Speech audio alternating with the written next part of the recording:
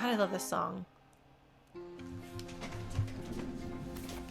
No, I just realized I'm home alone and my downstairs neighbors are not in town. We're doing this. My cat's gonna be so mad if my roommate comes home. She's gonna be like, what is going on, Lauren? Yeah! Yes. See, I'm gonna play a lot of wrong notes. I actually have a cover of this one and I try to play it at concerts.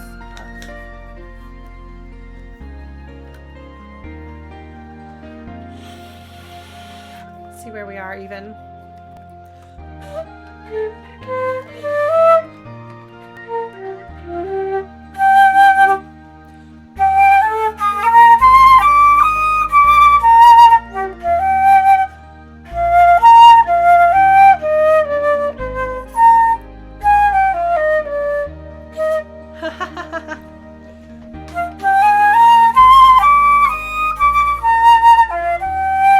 That is so out of tune. Sorry. We're gonna try this again. Okay. I have to shift the placement of my mic. Thanks, Dover.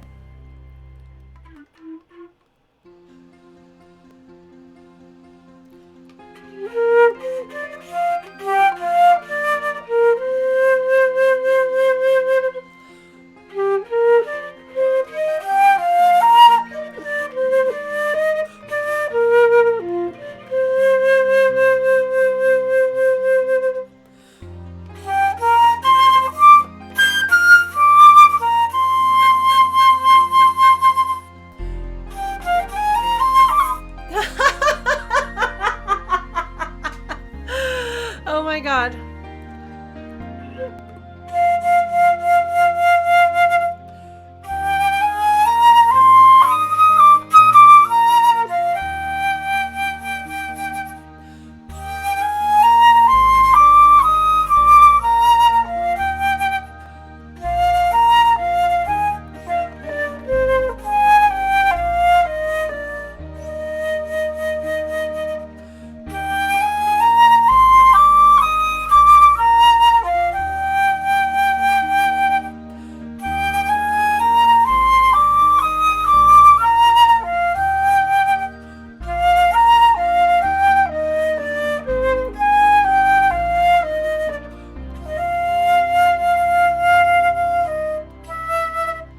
Resolves. Anyway,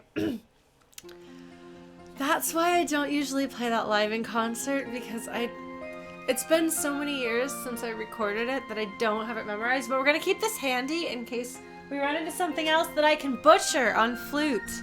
Yes. So good.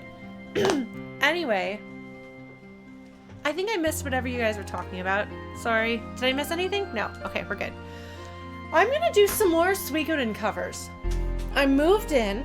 I have a new place. I'm settled in. I don't have to worry about bugs everywhere and other nightmares.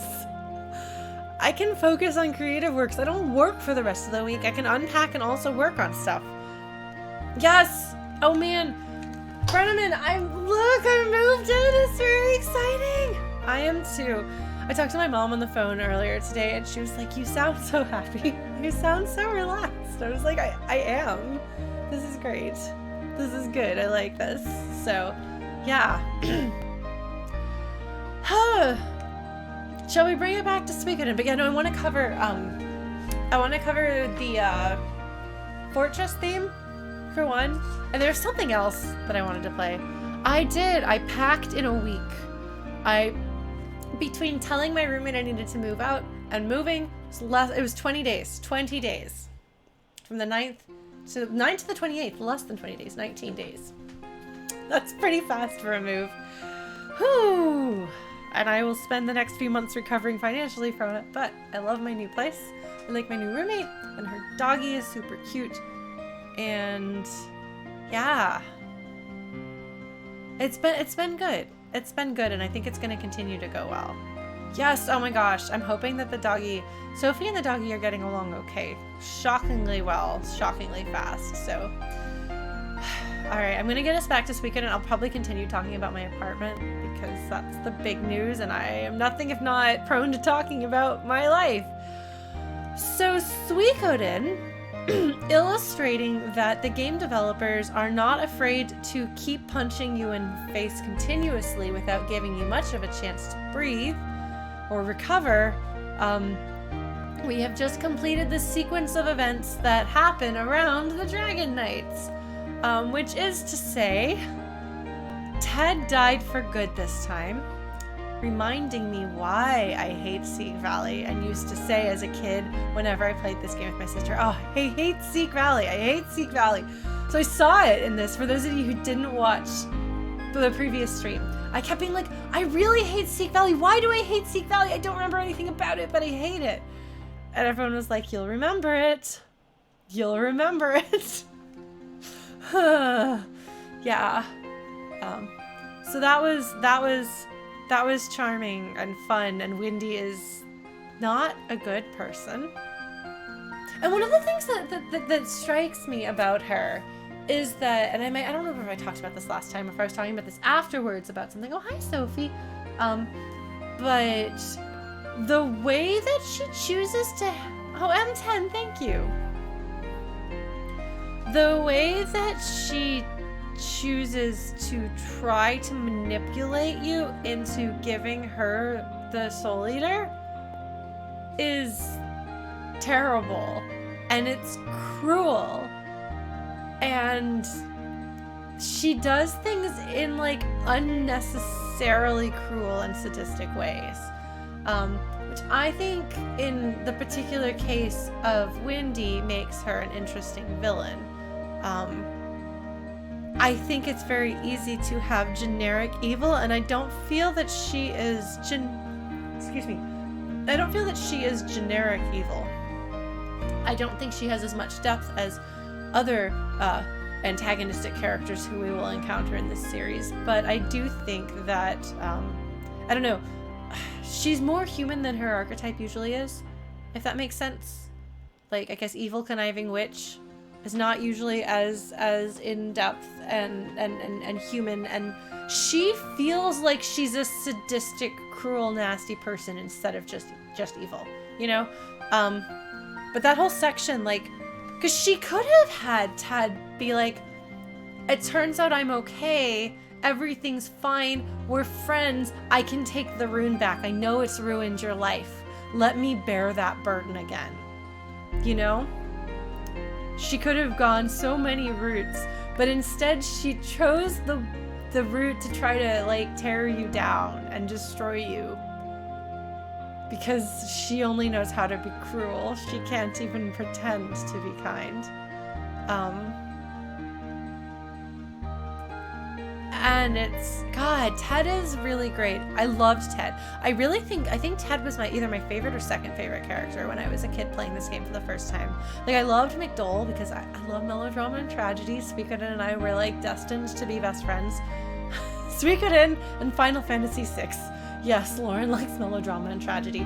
Thing is, in Final Fantasy VI, it's very larger than life, and as I was talking about last time, in Suikoden, it's much more down to earth. Even when we're dealing with the runes, we are experiencing what the true runes are doing as it affects humans, and people, because not all people are humans. That was, anyway, on the person-by-person level, and that's wonderful. Oh my gosh. Let me see if I can show you my cat. Do you see her? She's loafing. She's loafing by my flute. Hi, baby. You're so cute. We're interrupting.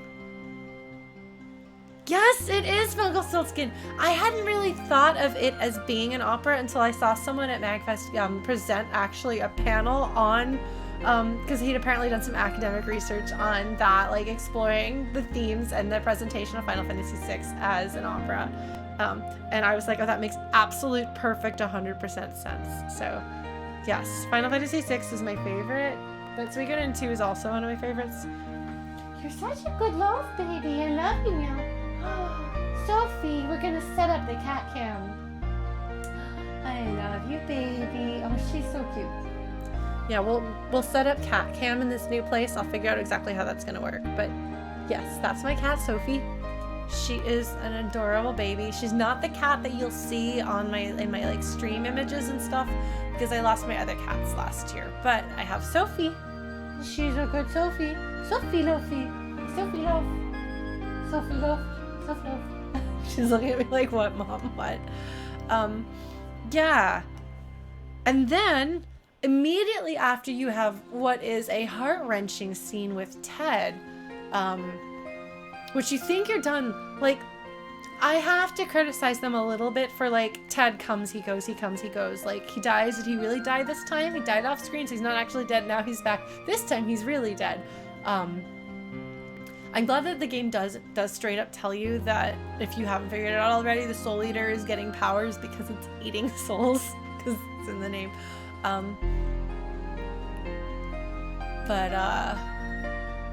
Oh no, I lost my train of thought. Hold on, I can pick this up. I can pick this up. I can do this. I can do this. Soul Eater. Oh, yes, I would criticize them for the back and forthness of Ted because it gets a little bit confusing. But I don't know if that confused me as a kid or if it was like just a fantastic reveal. And I guess Chrono will have to tell us whether he found it effective for Ted to have died off screen only to return and then have his final closure moment, because he sacrifices himself to try to save you the first time around. And I kind of wonder, I don't know if we ever get told what exactly happened to him in the interim, because it's several months, if not several years. Okay, it was effective in the moment for you, even as an adult viewing it for the first time. That's good to know. But there's a considerable amount of time that happens between the party escaping Gregminster and this. Held captive by Windy, but what was that like? What did that mean? I wonder. A fanfic is brewing. Oh no.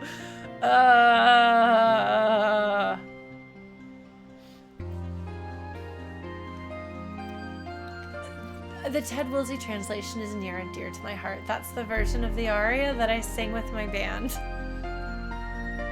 But I will say in my Final Fantasy VI Epic fanfic that I'm working on, I did actually use the Game Boy Advance translation because it's more poetic. Oh no, Chrono!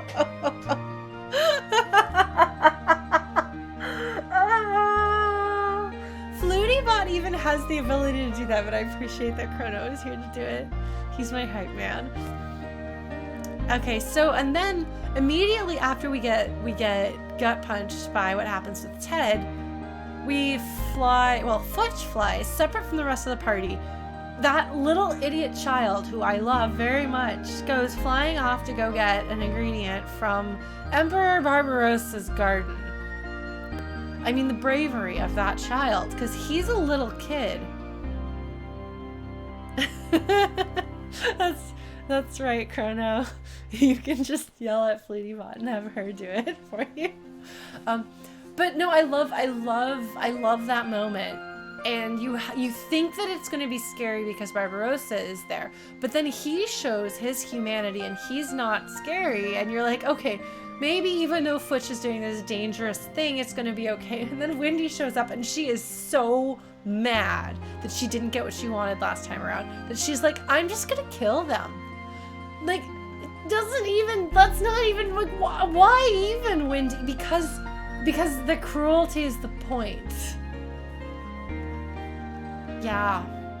So now Futch's dragon is dead, and dragons and humans here bond for life. So Futch is no longer a dragon knight because he no longer has a dragon, when he and his dragon should have been together for decades. So it's a very big deal. Like, it's not like you have a dog and your dog lives for 10 years and then your dog passes away. And if your dog dies at like age 5, it's always going to be sad and it's always going to be hard. But this is more like your life partner who you're planning to settle down with. So it's, oh man, I love the opera so much. I like Final Fantasy VI Funkelstultzkin. It seems like you and I have some similar tastes in video games. I'm wondering what else we like in common. But yeah, so we are in the aftermath. The advantage of Black having passed away, Black being Futch's dragon, is that turns out we needed the dragon's liver as the final ingredient to cure the dragons. So now the dragons are all awake. And we are approaching the end of the game. Yes, see, hooray. Everything is fine if you're not the one who had to whose dragon was sacrificed. You know, Chrono, my guess is that he would probably have talked to the people and talked to the dragons and seen who was going to be willing to make that sacrifice. Is there someone sickly or ailing or dying or old or something like that? Oh, we do have to get Mace. Okay. Let's go back home.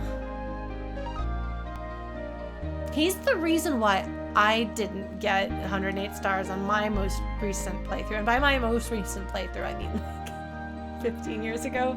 But still. Alright, McDowell. Oh, right, fine. I'll go outside.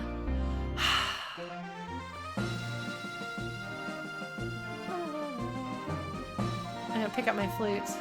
Because I can pick up my flute. Oh, Sophie will be so mad though. She's loafing on the flute to keep me from fluting. Next time, baby cat. Listen to all that flute. Like this soundtrack is a flute player's dream. This and the second Densetsu games. This one. I want to cover this one.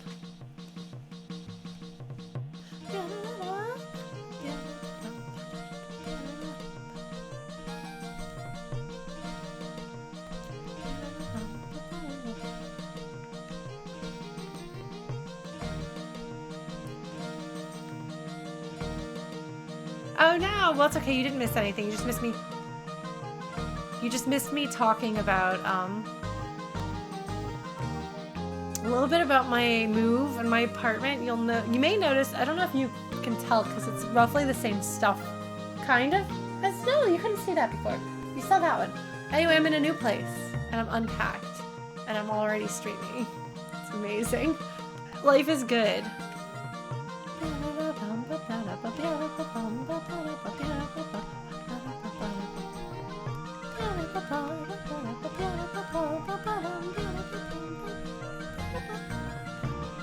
Oh my god, I'm sorry. I just have to decide, like, how much of this do I want to be flutes?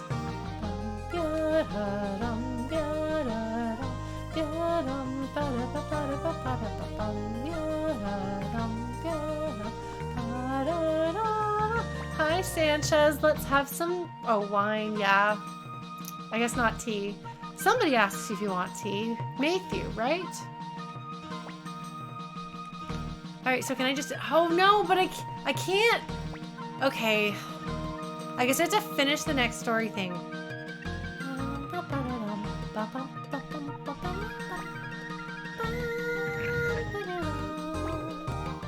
So I'm gonna just go progress the plot.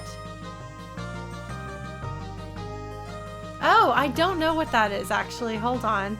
Thank you for pointing that out. There we go. It's gone now. All is well. I don't know what it was. But now it doesn't have to drive you all crazy.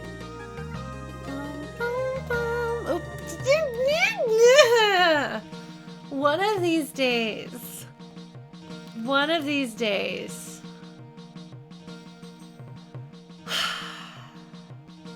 The staircase isn't gonna defeat me. Oh man. Hi, Silk Alive doll. 4th backstory chapter? I don't know what you're talking about. What were you playing, Dover? Oh, is chat partially covered? Ah! Hold on. No, I can fix this. I can fix this. There we go.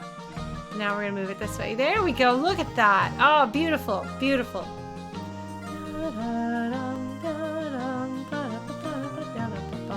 Oh, I haven't played Octopath Traveler. I've heard mixed things. I've been told that you absolutely have to play the final section to tie it all together, or else it is not nearly as good, and it seems like a bunch of unconnected short stories. Which kind of sounds like Live Alive to me. Although Live Alive's short stories, some of them were good. Some of them were not. But if they remake it, I will totally play it.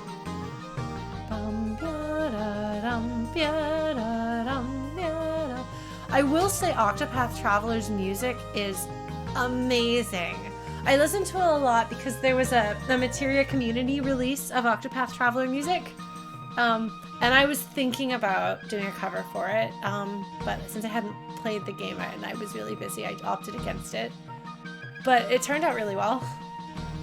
I have a Switch, and I only own one game, and that's Ring Fit, but eventually I may play other games on it. But so we have to get through some of the other games that I have. Oh, I should probably buy the games I was going to get at the Steam sale, because a couple of games I wanted to stream are there.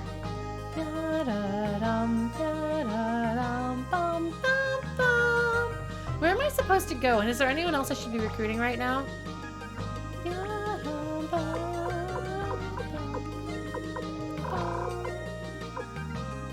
I don't know what Omori is. The name sounds vaguely familiar.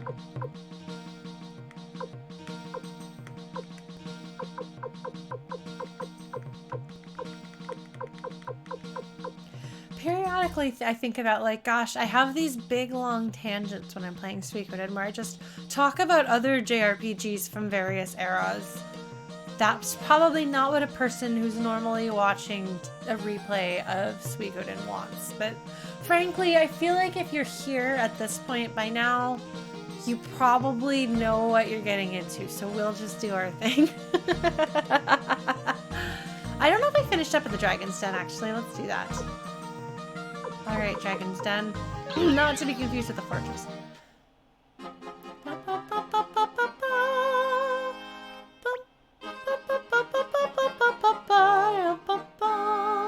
Oh, that's wrong.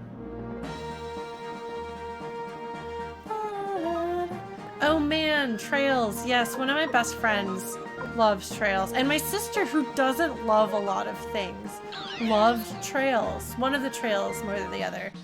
Anyway, I have that on my list, but they're like 100 hours to play, so... No, there's nothing going on in the room, Blue Glass. I was just up there. So I think I went to the wrong... I think I have to go to the dragons. No! Okay.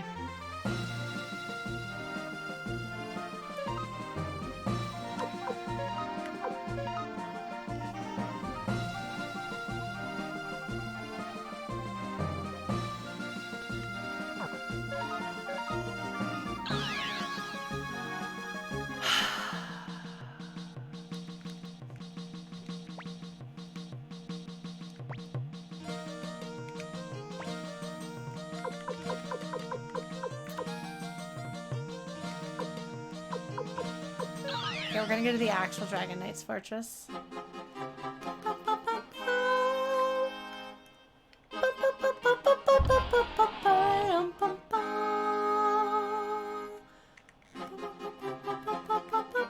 Ah, yes, we're gonna have to get Joshua to finish this.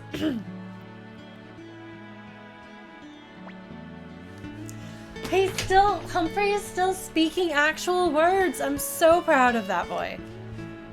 As somebody said last time, he saved up his monthly allocation of words for this.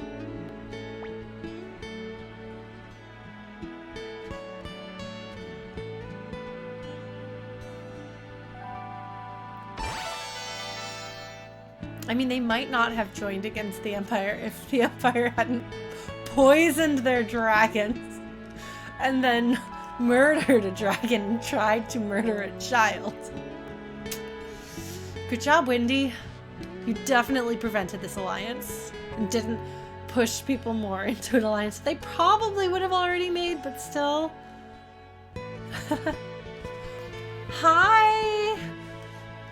can I call you by your real name? Because otherwise I get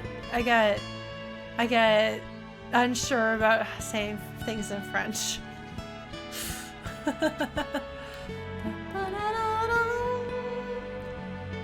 Flick, that's not very nice to say around the dragons.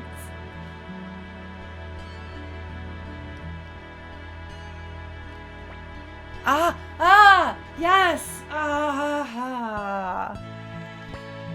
Okay. All right.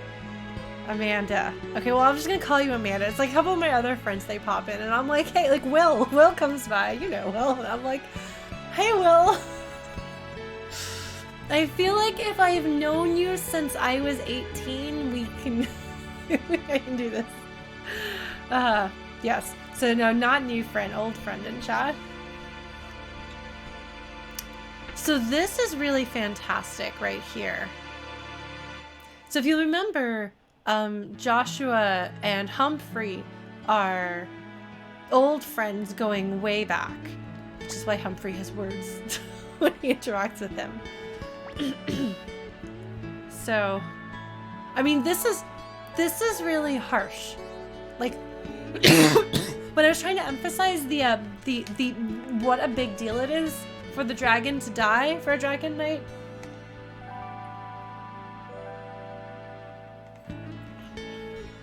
Let this sink in. Again to Chrono, who is our first time viewer of this game. Like, Futch has just lost everything. Like, not only has he lost his best friend and companion, who he expected to spend probably the rest of his life with, he's now leaving his home. He is being exiled. Not because he's done anything wrong, but because that's what they do. Yeah.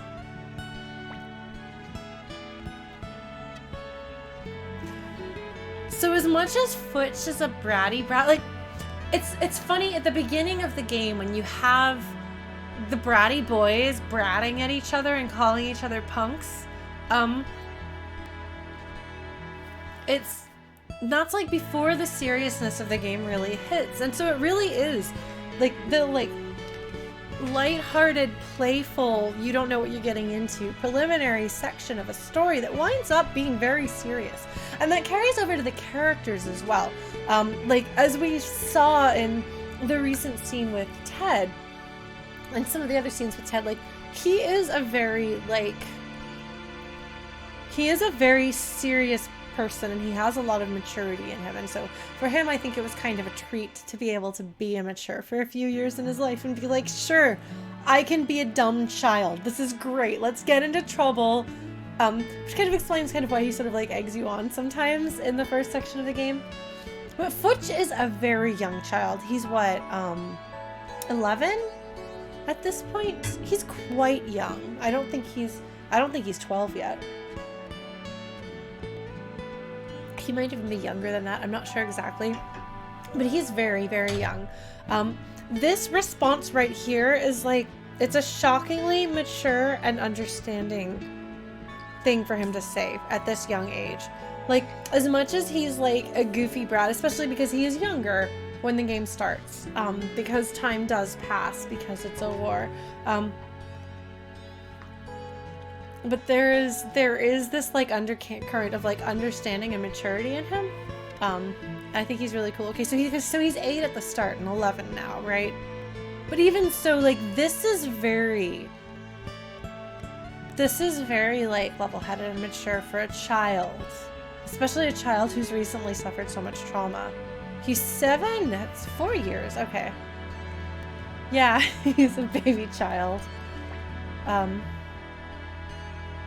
Yeah, so now he's got survivor's guilt too. Boy probably needs a little therapy. It's interesting, the kerning on the font is really something. I feel like they used, you know, when you have a computer that is primarily like a different language, like I do editing work for clients who are Chinese, And so when I leave comments on the documents they send me, the font that it uses is this like weird, like the spacing of it looks like this really large space between the apostrophe and the T. I don't know why it does that, but it's like the way that like English language characters look on a screen or in a system that's not what it's primarily for. That's what this makes me think of. I don't know if that's actually what it is, but that's what it looks like. So the spacing and kerning and the shape of the letters is a little weird. That's okay. Oh, is that 2 spaces? I thought it might be like a kerning or a font problem, especially because if you look at how close together, like, and how small the eyes are in Milia, and then how incredibly wide the U is, and the distance between the F and the U. I mean, they were doing a lot. So if their proofreading needed a little bit of work, well, that's all right. Still not as bad as Suikoden 2's. But yeah, Futch could probably use a little therapy. He wants to believe that Black didn't die in vain. Which he didn't. I mean, obviously his liver is why the rest of the dragons can survive. But it's just very sweet and sad. So instead of therapy, Futch gets Humphrey. You could do worse. So I will say, this will be a slight spoiler, so I will keep it small, but I will say later in another game, you can see the influence of Humphrey on Futch. And it's really nice to see. That is an intentional detail that the game developers, designers clearly knew what they were doing and did that intentionally. So...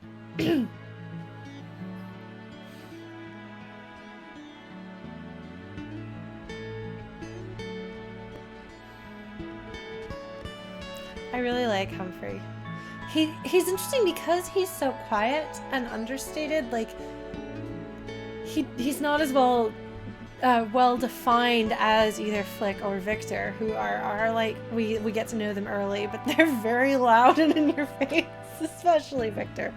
But Humphrey, he has a very strong, quiet presence, and I think everybody likes Humphrey. Like, I don't think I've ever met anyone who's like, I don't really care about Humphrey. Like, everyone's like, oh, Humphrey, yeah.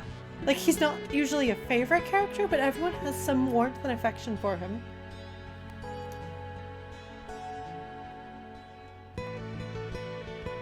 Hold on. Can you see? She is sleeping on my flute. She has her head is on my flute. Right there. That's the flute going that way. And she is on it. She's sleeping on it, so I don't get to play any more flute tonight. Sorry. No more flute for us. That's my baby.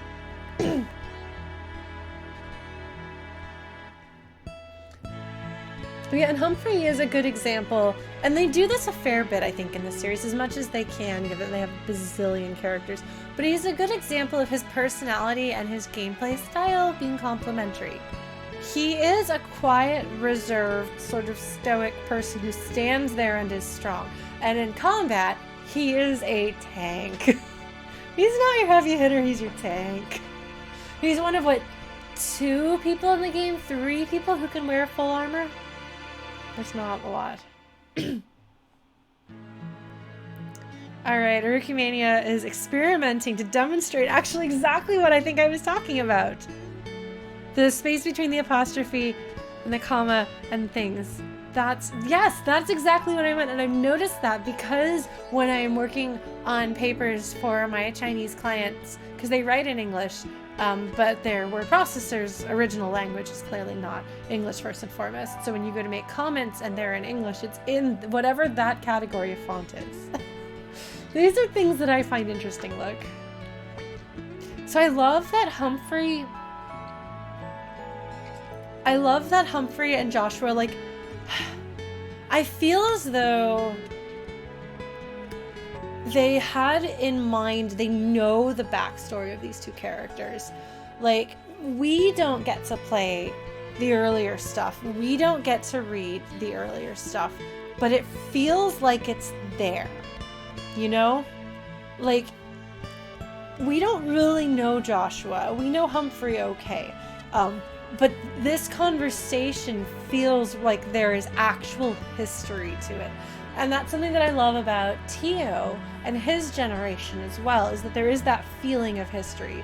So here, we're able to see this and be like, Joshua, I mean, it's not like Futch is like Joshua's child. Joshua is responsible for the entire community of Dragon Knights. But this is a child under his care, and he is choosing to put Futch in the best place that he can think of, and that's with his old friend. And I think that says so much about both of them, and I like that. And Humphrey accepts it. And Futch is so polite! I mean, also, this is because he's brokenhearted and devastated and sad and doesn't know what to live for. He's just such a good boy. Oh, Futch. Yeah, like, there's all this, like, all these references to past things. And I love... See, I don't think it's lost at all. I think some games manage to do it and some games don't. Some games try to do it and some games don't even try. But I do love it when the world feels really real. But don't get me wrong. I love a well-written, like, in-game history text, too. Like Star Ocean 3's really, really, really in-depth dictionary that I accidentally spoiled myself on because they didn't flag it properly. And they didn't count on me reading everything ever. Something unlocked something earlier. If you clicked on it and then it unlocked more words, is when you hadn't, and told you something you hadn't gotten to in game. Look, okay. Say what you will about Star Ocean 3. I loved it. I broke up with Square Enix after Star Ocean 3 because Star Ocean 4 made me very angry. But I did love 3.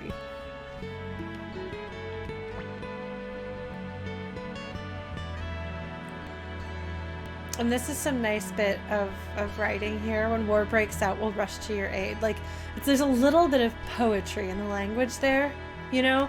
Like there could have been a much more literal way of phrasing this, but this is a particularly eloquent way of saying it. Star Ocean 2's voice acting work was the bad one. I thought Star Ocean 4's voice acting was fine. It was just one of the most revolting pieces of mistreatment of female characters and sexualization of children that I've ever seen in a video game. This is why I stopped playing games by Square Enix for several years. I love 2 and 3 very much. 2 makes fun of itself exactly the way that it needs to be made fun of. Chisato's like, but there's plot holes! And everyone's like, what? Chisato's like, does nobody but me see the plot holes? And everyone's like, And I'm like, no, Chisato, I'm there with you. She's great. I loved that game. It's good and dumb and charming and fun and has an amazing soundtrack. Star Ocean 3 is more serious and pulls off seriousness better. It also has a really big plot twist that a lot of people hated, but I like the never-ending story, so I was okay with it. Oh my god. If you're not careful, I will start doing voices from Star Ocean 2. Nobody wants that.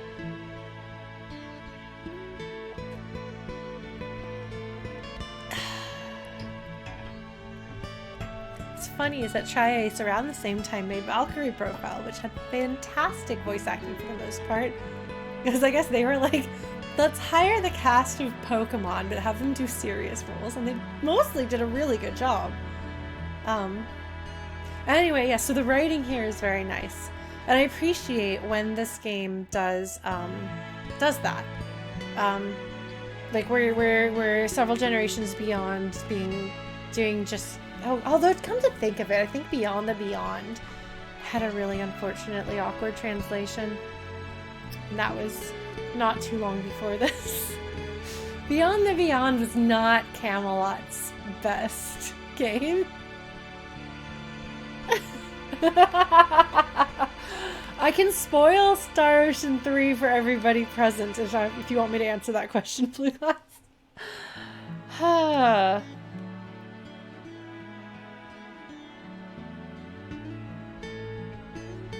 Wait, is Claude's mom... I haven't played Star Ocean 1. I know a lot of people who have, and I like sort of know it. I know that Renixus is just kind of some loser dork kind of guy, even though he like presents himself as like all cool and captain-y and too.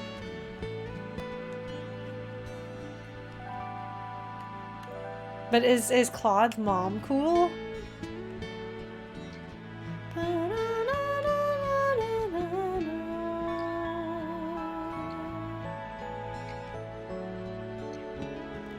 Oh, yeah.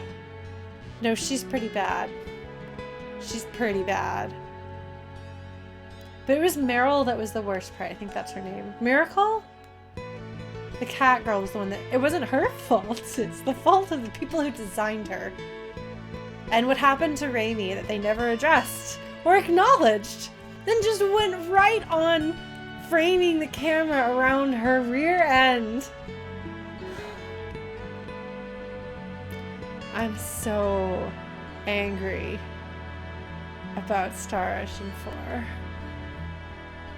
It's not enough to make me retroactively hate the rest of the series, but I can't not. I cannot do this when it comes up. You didn't even bring it up. I brought it up. I just am so angry about it. Oh my god. Oh, I'm glad to know that Claude's mom is awesome, because Claude is awesome. I love him. God, I love that game. It's so bad. I love it. We can set Star Ocean 4 on fire. That's fair. But anyway, okay, so Suikoden. Apologies to everybody, but we can just keep talking about like PlayStation and PS2 era JRPGs. I stopped playing JRPGs after a while. I think Star Ocean 4 is the last one I played for a while. No. I tried playing Last Story.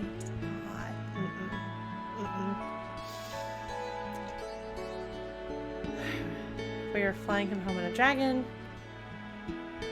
Rest of my men. Excuse me, I think I have more than one gender in my party right now. Bum, bum, bum, bum.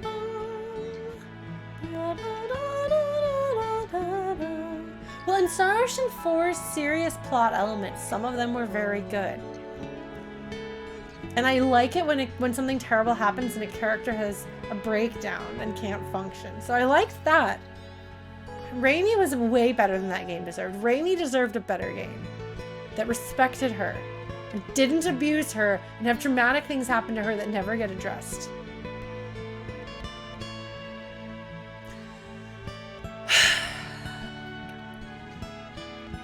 I'm sorry, I'm just really mad. Oh, I hope he does. I kind of love Claude. He's such a lovable dummy. Oh my god. I love the cast of Star Ocean 2 so much. It's okay. Let's get back to the tragedy of Suikoden 1. No, thank you, we'll walk.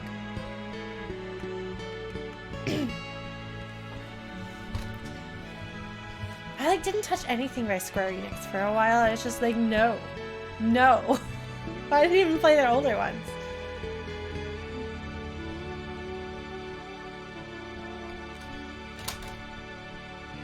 Shall we get a ride or shall we walk? Let's get a ride. Let's listen to some more elephant noise.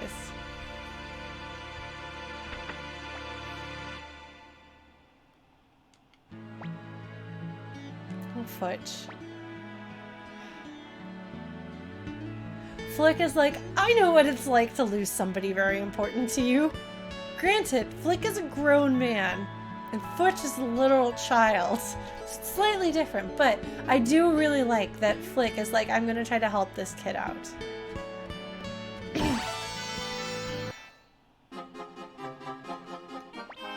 Oh, Joshua, do you have long hair? Do you have long hair? He has long hair! I think that's long hair, long green hair. Do you have a mullet, sir? Or just like weird little bits here and then like a long ponytail?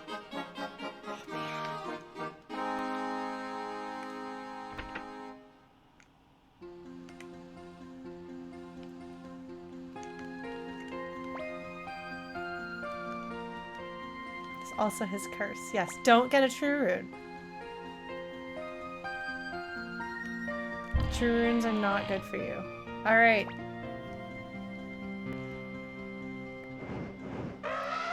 This is the reason why we're doing this, because we want to hear the elephant. Oh, man. Music delay.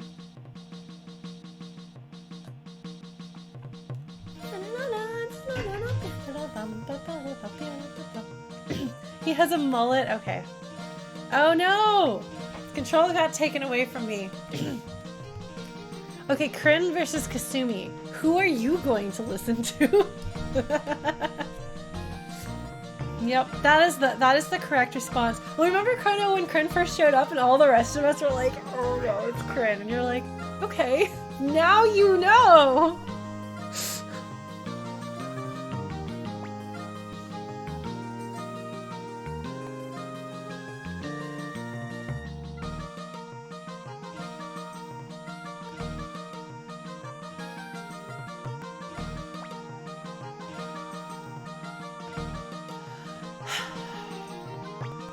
So they think you need a little bit of comic relief. So these two, like the way they're bantering is supposed to be like a little bit of relief because we did see just back to back a whole bunch of tragedy and they're trying to balance that out so that they can hit you again and have it hurt just as much. They don't want you to get numb to the pain. So they're comic relief. I love Suikoden so much.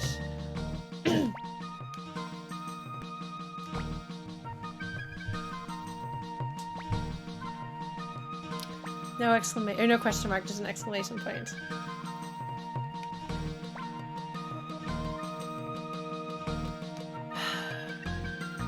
And then he's just it's okay, Crin's just a garbage human, ignore him, Kasumi. Flick's like, why do we have such weird people here? I don't know, Flick, you're kind of weird too in your own way. I'm feeling human talking. What even? That does not make sense. Did I say that? Did the game say that? Did the game and I say that together? Do we want to talk about the Talos principle?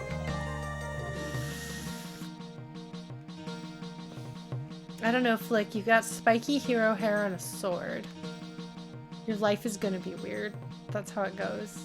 Oh man, since my hair is shorter, I can sometimes kind of have hero hair in the morning. It's very exciting for me. Here we go. Yes. Humphrey's back to not using words. Yes, Blue Glass. We're gonna get that as soon as we can.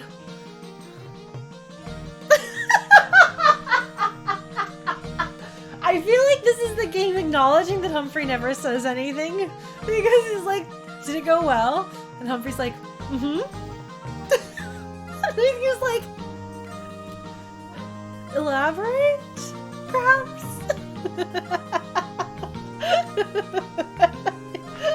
Look, you sent the silent man on a quest.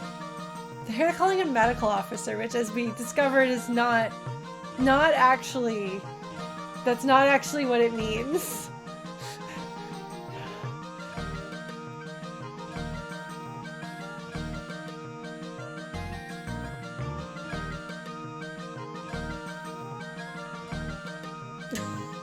Good stands to be friendlier. Yeah, so they're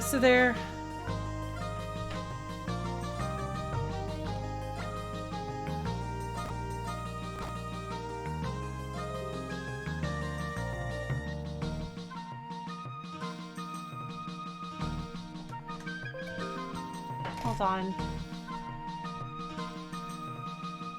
Tough Stuff's power things seem to be having some trouble. Let me make sure it's gonna be okay. There we go. Alright, we're good. Who is this silent fellow here?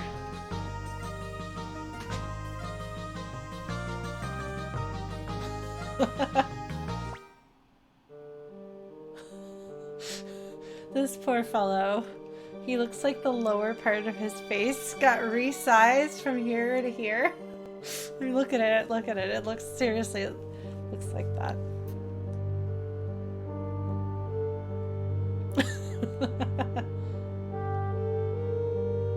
It's not just the neck. There's just a few things that just don't line up right.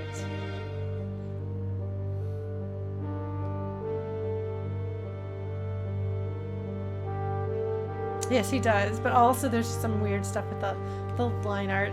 I'm not a big fan of the arts in Suikoden 1. I like her art a lot better by 4, but I'm not a big fan of it in 1.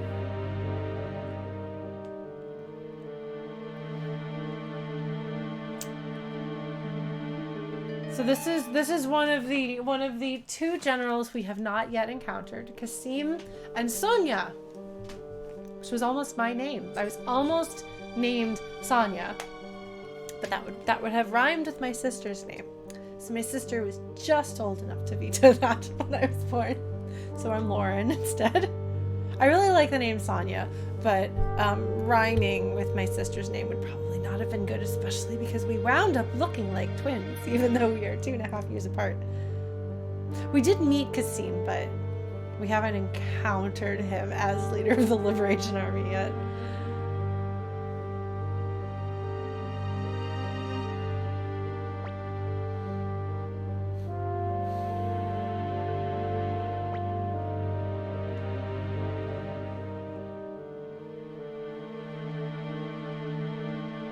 Yes, we totally met Sonia.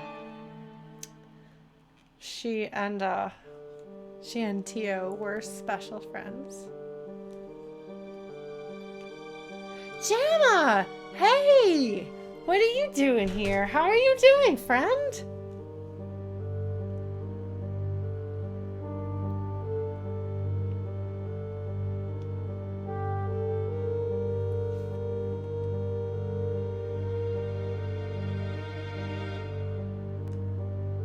Oh, Victor showed up. Victor has a nose for trouble, I think. You know? Oh no, we have to go rescue them.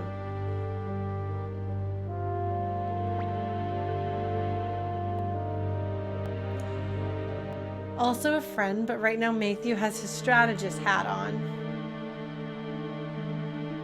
Okay, yeah, because it's like, what, 2 a.m. for you, Jama? I mean, to be fair, I was up until 2 talking to my roommate last night, so I'm really not one to talk, but still. I was tired. I am tired. I almost took a nap. I just lay on the bed and just held Sophie while she snuggled and purred for an hour and a half. It was great. Yeah, I haven't finished the mural yet either.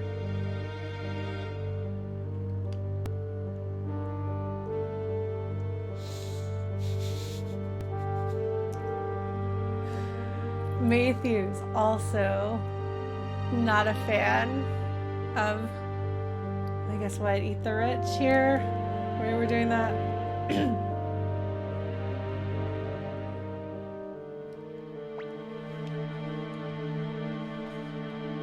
Do we have enough? Whatever, we're an awesome ragtag bunch with heroes.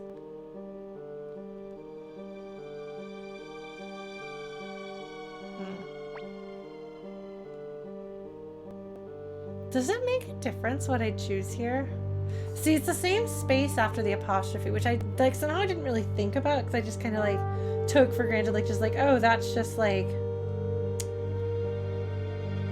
how Suikoden's font looks for a million years. But now I'm overanalyzing everything, and that means looking at the font. We are a quality bunch of rebels. We're so cool. I should get... You can actually see the purple bandana underneath the green bandana if you look closely at his portrait. I never noticed that before. His color scheme. I love the boy, but...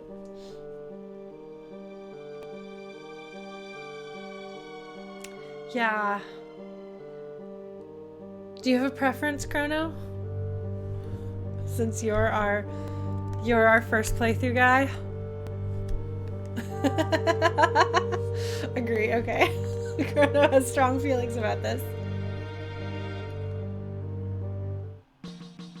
Can I kick everyone out of my party and go get Mace?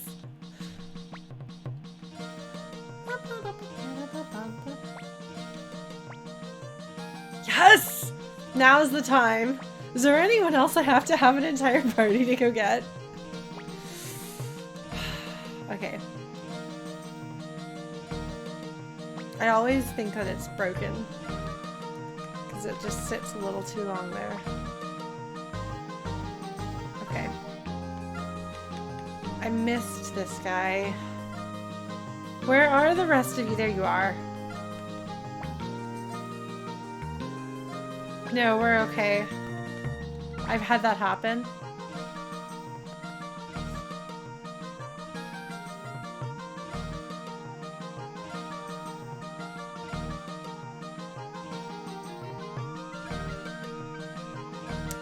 Did I miss one?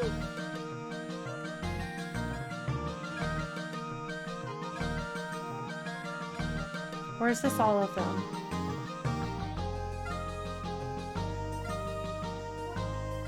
Ted is older than John. Ted is older than most of everyone. Not entirely everyone, but...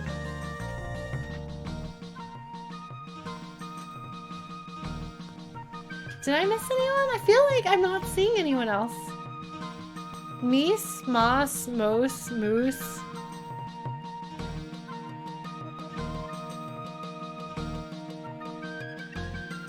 Okay. Who do I bring with them to keep us from dying?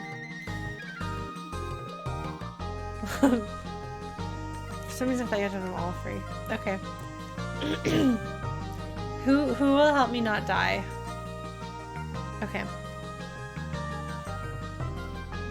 Let's go with Lot, because she's actually got runes. She's got the flowing rune. Gonna add her.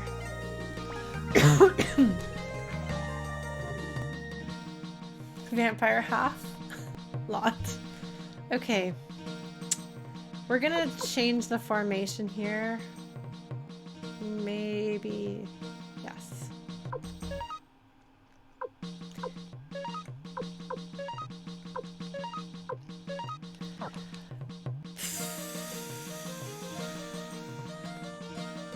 We're gonna, oh, why don't we level up a little bit, try not to die, and then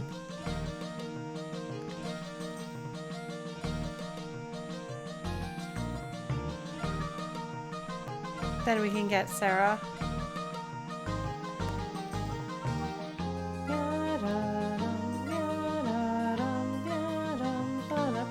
Oh! Aruki Nania actually answered the question about it being called hell and asked an interesting question, which is something that I've thought about before, which is like, what does it mean if you call something hell in a world that doesn't have like a Christian theological basis for the concept of hell?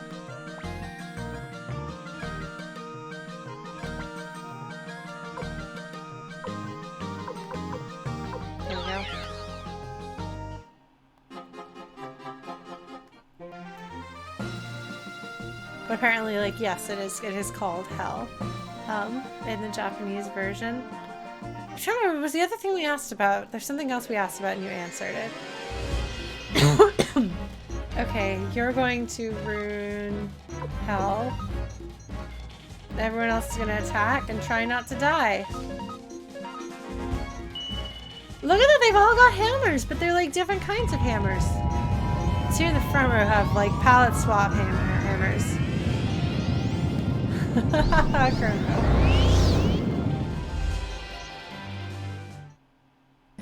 Well, like, as a writer, when I'm world building, you have to think about, like, would this metaphor or this manner of speech, like would this exist in this world? And if not, is it worth coming up with something else?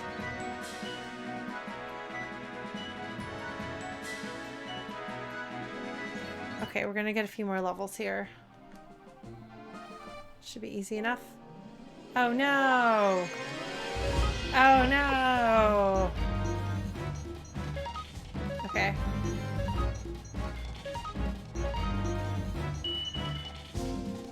This may not even be necessary, but I have judgment. The soul eater has to consume your soul to judge whether it's good or not. How would you know what it tastes like until you've eaten it? Yeah. Good times. Alright, we're getting some good levels here. Still not quite at the point where I think we're not going to die.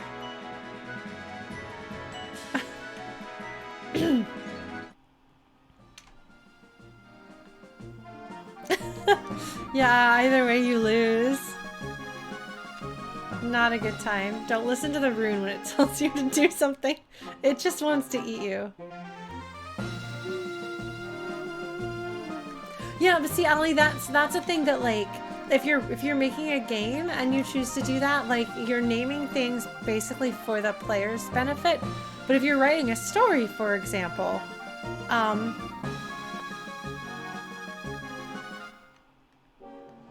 that is kind of a thing to ask yourself. I'm just gonna fight it. Because I want to see the blacksmith attack. Lot is here in case we get into trouble. So many hammers. Fortunately, that took care of it. Yay! Yay! We're getting fewer levels here.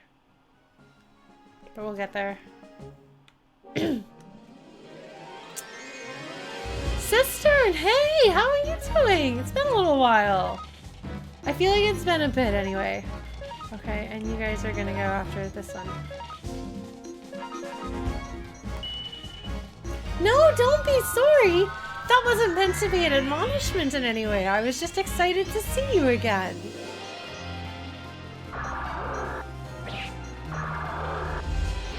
Punch, punch, punch, punch. I mean, they're not actually punching, they're punching with a hammer. Oh, good. We're getting 4 levels still. That's good. That's excellent. I didn't sharpen their weapons. I hope that's okay. Yeah, go ahead and just deadly fingertips this guy. Oh, they do kind of have a Prismerga look, don't they?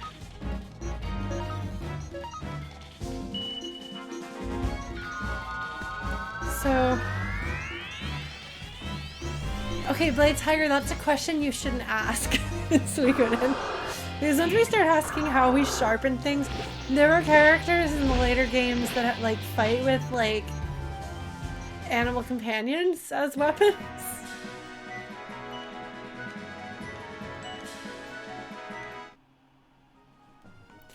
Oh man! Sister, well, congratulations! I'm super happy to hear that you're working on your self-confidence as well. That's super important. And it's really hard for people sometimes to say, I did a good job, or this thing turned out well because of the effort that I did. The effort that I put into it. So I'm really glad to hear you say that. I think that's something that more people could do. So thank you for doing that and setting a good example for everybody else who's in attendance here. Oh, it's on battery. Oh, I figured out what it is!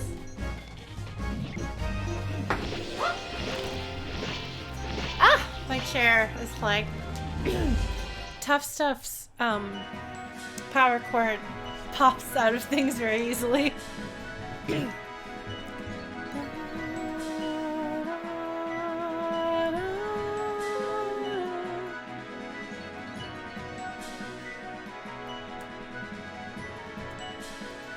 Okay.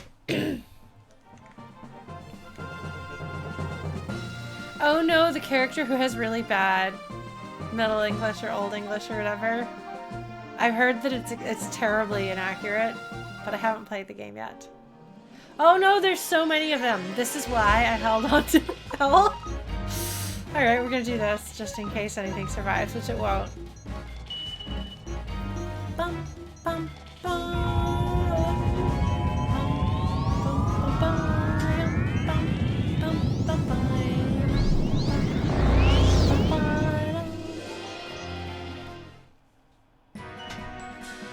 Okay, yeah, we're still getting multiple levels. Okay. Well, we're gonna keep at it for a little bit longer, but we're almost there. Oh, man. Wow, Cistern. Well, I salute you and your refusal to listen to... Oh, wow, this Shadow Man doing the thing as Shadow can... I don't know.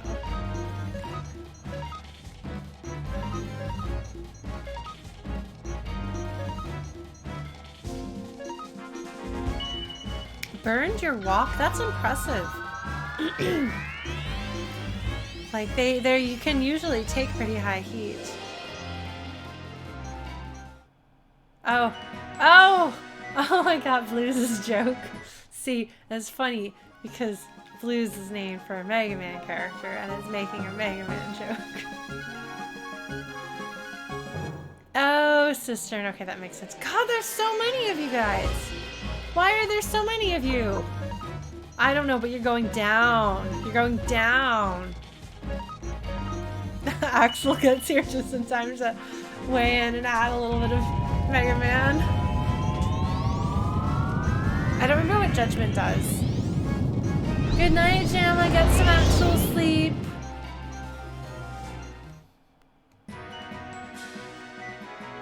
Okay. Catching up in level.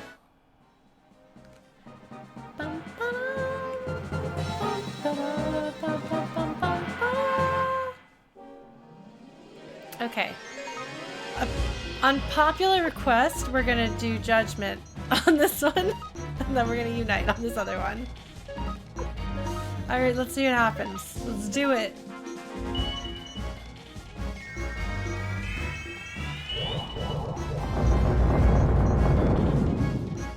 At least that's one we'll be able to use on bosses. Oh, I should probably get equipment. No, that's what the champion rune is for. Then we don't have any fights, right? Are we high enough level?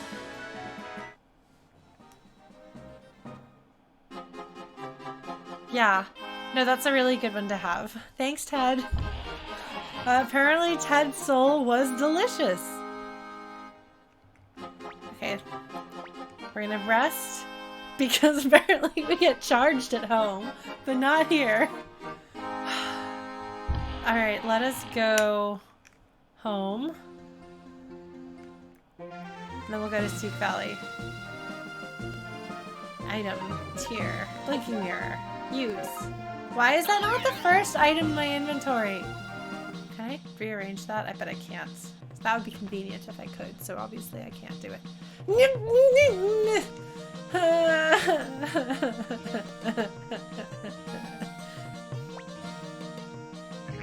I disapprove of that staircase.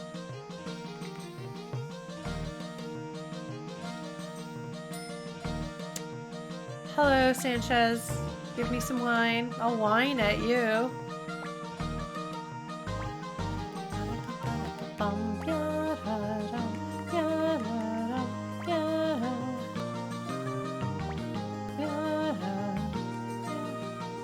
I always think it's frozen and then it has it. I'm like, oh, that's right. Last time this happened, I thought that too. And then again. Same exact thing. Okay. Party member is full. Party member is full. Use elevator. Basement. I really, really, really wonder... Oh, she is, isn't she? No, but... Okay, well fine, we're gonna just go do that again. Okay. I can do this.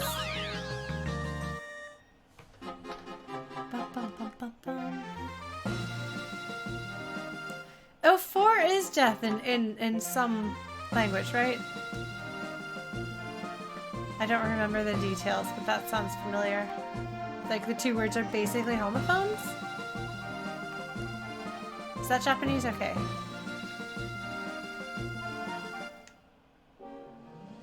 Okay. Just hell everything.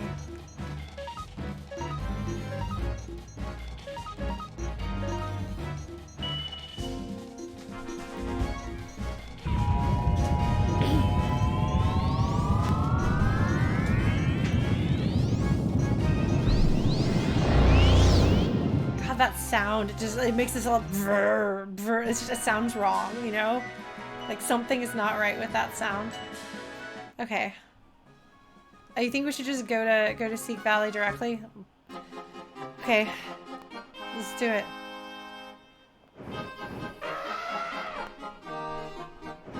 Brah! I'm a dragon. We're playing other games and I'll just make that sound. Like, what am I? And anyone who hasn't been here will be like, you're an elephant. And everyone who has been here will be like, no. In fact, she is impersonating a dragon.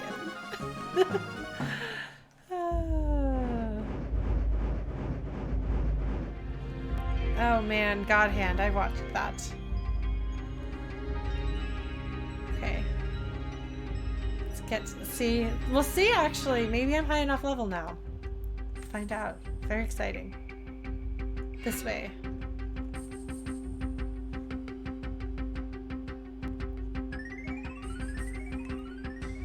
Hello. I guess the idea they expect that you're gonna just wander in here.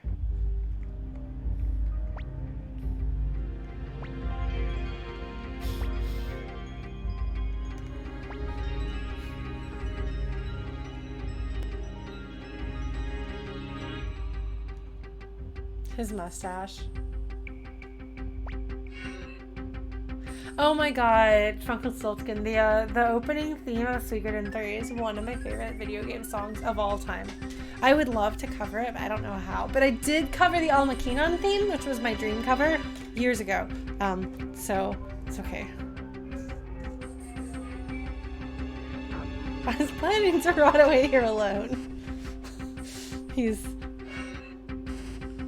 Don't be like Mace. Don't rot away alone.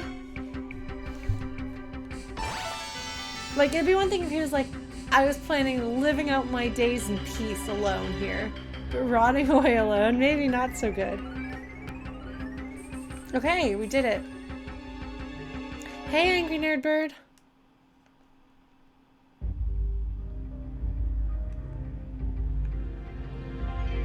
That's a good point. This way.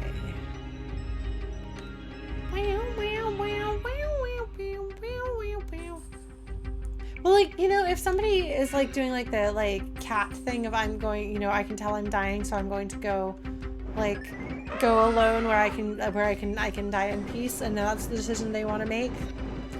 But like, I'm gonna go rot away because I'm getting old. Somebody needs to be around other people and get out of that dark place, I feel. So we are in fact hopefully going to help him by reconnecting with younger people and remembering what he has to live for. We will hopefully... This does the ending thing, right? It's not just 2 that does the scrolling. This is what everyone's ending is it? Maybe it is.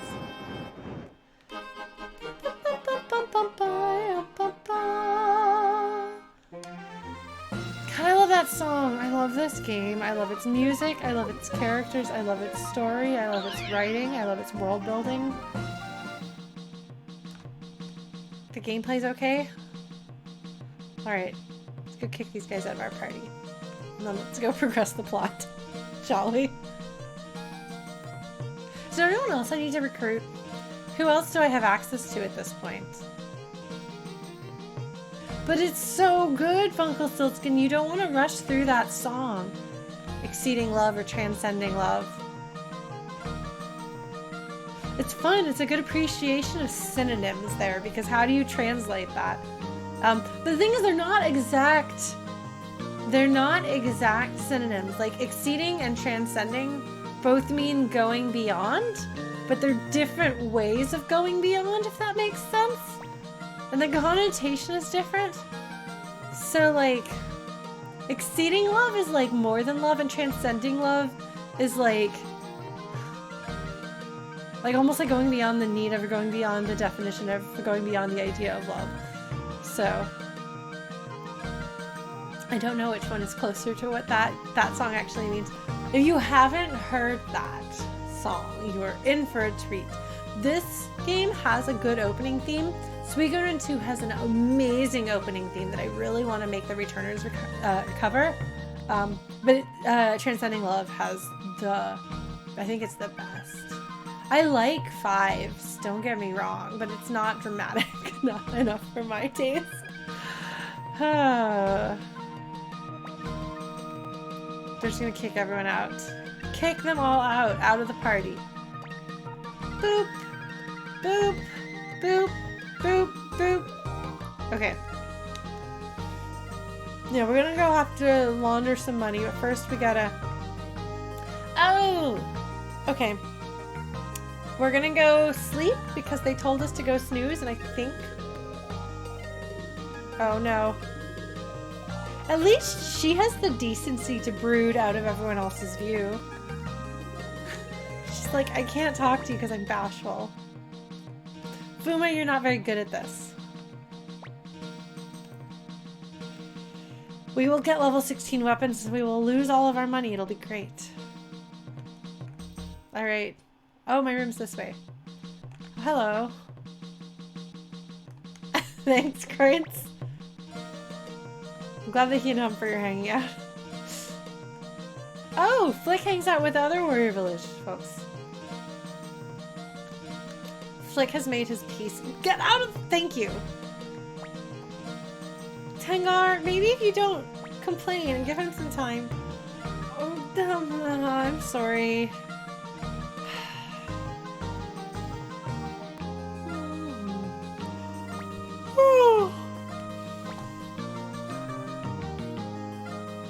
I kind of want to just go talk to everybody in my castle. Yeah, but he's such a sweet boy. He's trying very hard. See, I remembered Tengar being meaner than she is in this game, but I think it comes from somewhere. Lucan is having a crisis of being a doctor during a war. Who needs end punctuation or coherent, complete, finished thoughts? Not Fukian. Oh. He's such a brat. Luke never stops being a brat. Just saying.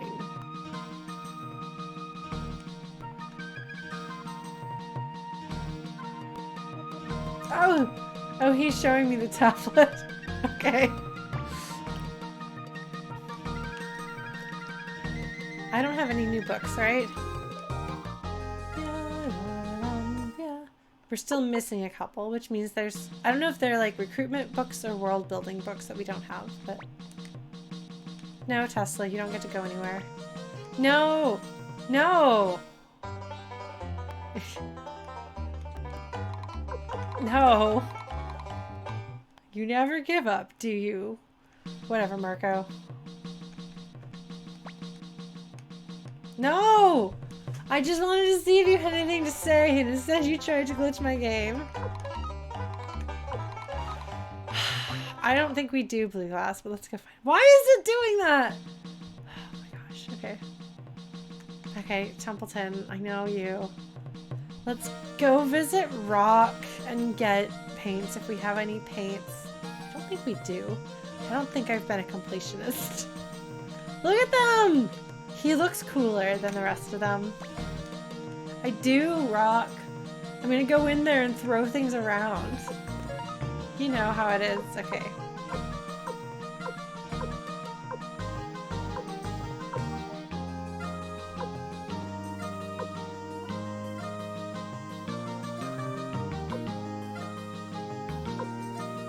Yeah, it looks like the only thing I have is that window thing, and I do not care about the windows. Sorry, window. Oh, do you really gossip, Ono? Oh, she really is tall. She's taller than other sprites, I think. Oh, Ronnie Bell. Thinking about learning how to cook, like that's like ha ha ha stereotype, haha.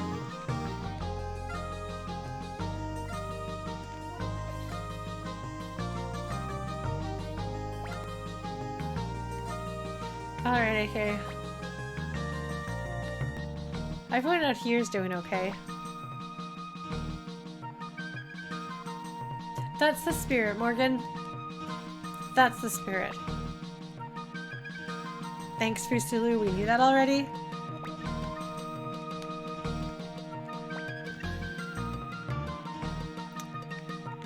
Hi, Stallion.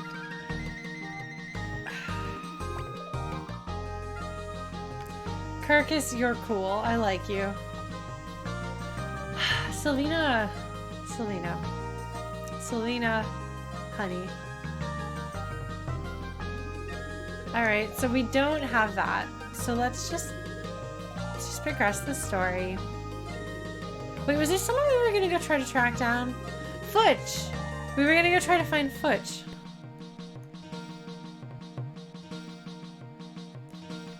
Yeah, well, like, I assume Carcass sees something in her. She's so young and so sweet, but like, I don't know, she kind of reminds me of someone I know. Oh, hello.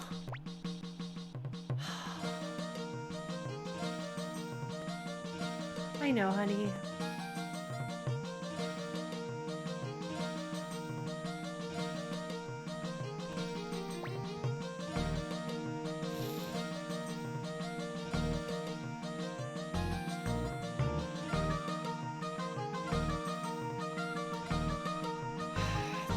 Oh, these are... this is the Troublemaker Brigade. Plus Lorelei and the farmer for some reason. That farmer's up to no good. We haven't smithed yet because we don't have the rest of our party. We're going to progress the plot, and they're going to tell us who's coming with us to the next section of the game. But right now, I just want to check on everybody. This is like the, like, brooding former Imperial folks. Nope. Bye. I'm not changing my sounds. God, I love his little pointy shoes. I love that they're pointy and his sprite. Look at that. Look at them. I think it's adorable. But yeah, we're gonna go progress the plot. We're gonna go snooze.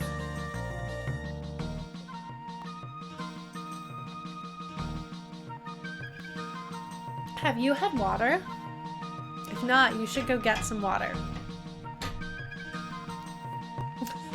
Former Imperials plus sound / window changers. Obviously, those things are very related.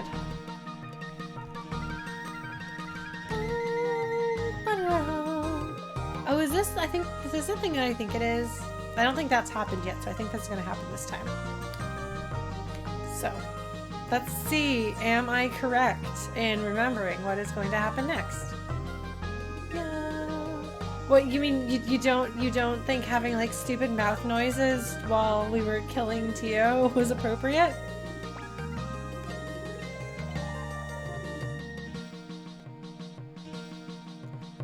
My bedroom is so big.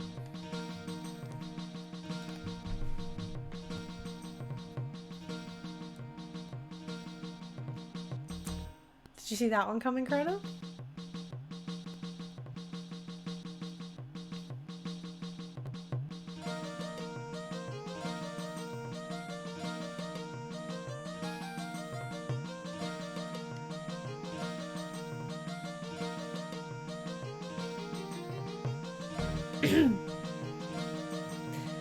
Yeah, but see, like, that makes... Oh, I didn't realize that one farmer had crazy high attack power. Perhaps before he was a farmer, he too was a troublemaker. Like the bandits, the pirates, and so on. Oh no. McDowell, are you confessing your feelings to Matthew? I'm pretty sure that confused me when I played Suikoden 2, because I'm pretty sure I recognized that. And then I got confused when I saw him here, because I thought maybe he was just an NPC. I don't know. What do you want us to say, Chrono? This is on you. Your decision. I'm gonna stretch! Stretch, by the way! Stretch your arms over your head. Yeah, if you can't trust your strategist, you're in trouble. It's part of why I stopped playing Xenogears. Someday maybe I'll go back and finish it.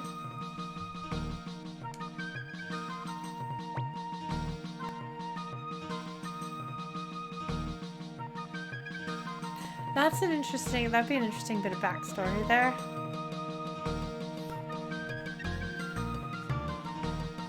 That would make sense for his placement in that tower then.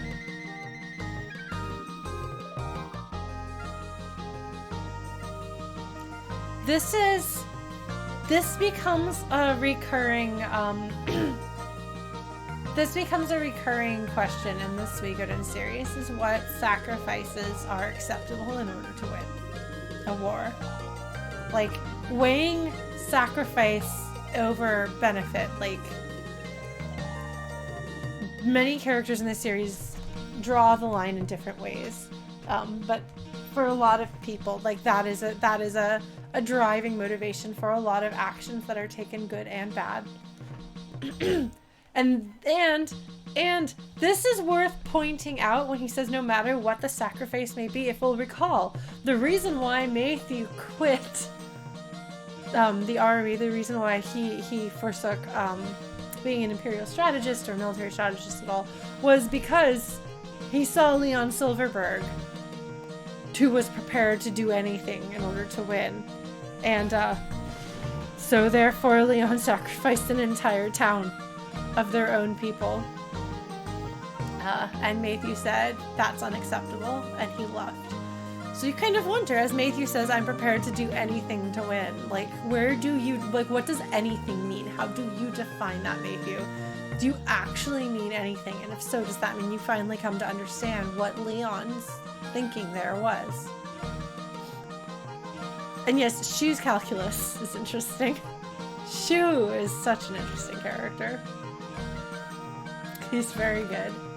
We will have lots of things to say in a few weeks' time when we play that game. God, I've been like following too much Blaseball, and I haven't really been following it, but it's been like at the periphery of my vision. So I saw Sacrifice and I thought Snacrifice. Anyway. So we have a spy in our midst. Nobody who has played the game is allowed to say a word. Kurna, who do you think it is? I will not confirm or deny.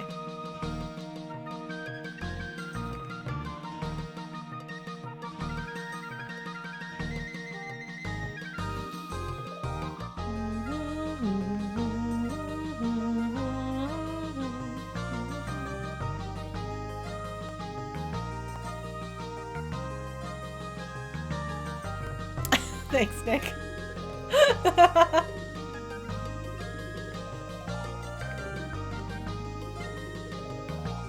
So is Blaseball over? Did it finish?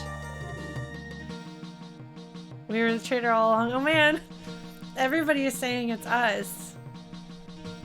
Perhaps. Who do you think it is, Chrono? I'm really curious. If you have thoughts, if you don't, that's fine too. How many colors am I missing? 1 or 2?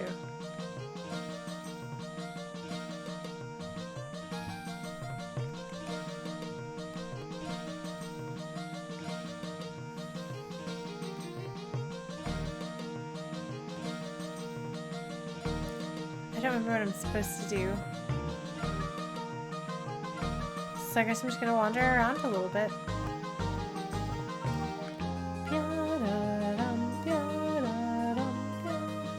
We're just gonna go this way because I haven't been this way in a little bit. So might as well explore that tower over here. I guess Sarah has started doing their laundry.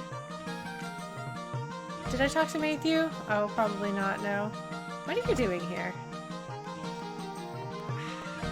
Okay. Alright, well, we'll go track down Matthew.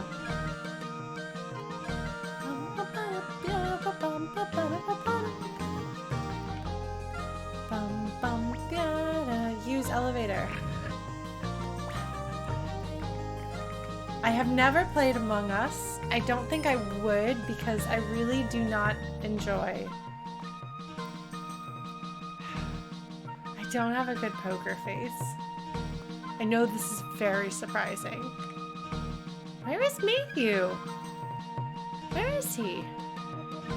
Or is he like hanging out? Is he outside? Did I walk right past him? That's true, Blues.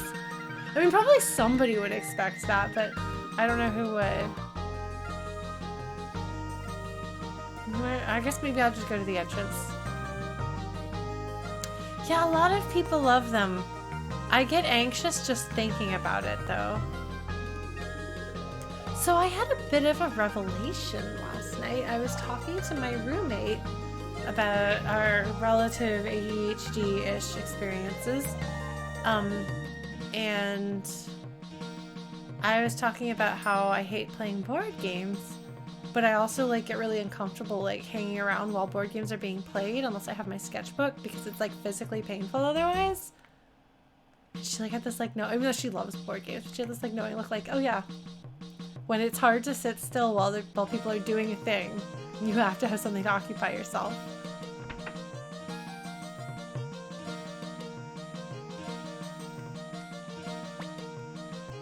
No, Kimberly.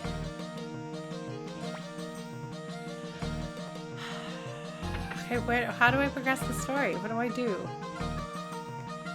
Man. Where is Matthew?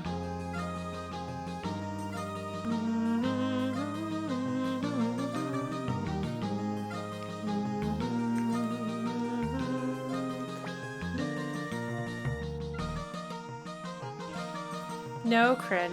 Just no. No! Oh! Oh, he's in his room. That would make sense. Okay, fine. We're gonna go up to floor 4.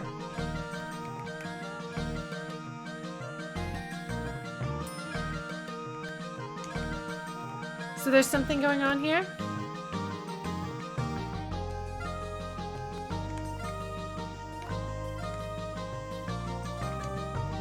What am I looking for? What glitch is there? I'm really curious. That? Okay. I'm just like walking through them? Oh, I see. Well, that's cool. Seems to be doing alright. Yeah, I didn't know at Fubar Mentor why people were laughing about it either. I don't think that's what they intended. I think they just went with sounds. Whatever, Apple. Actually, let's go save.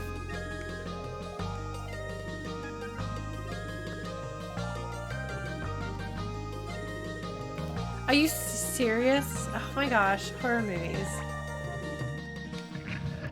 Granted, people really like them, and also horror movies and horror stories in general like were some of the greatest storytelling of our era are happening, which sucks because I can't engage with it and I want to be able to, but then I'll get nightmares and it's bad. So I shouldn't make fun of it. Use the elevator. It sounds like a Goosebumps book, actually, now that I think about it. Alright. Ding! Oh, I'm so tired!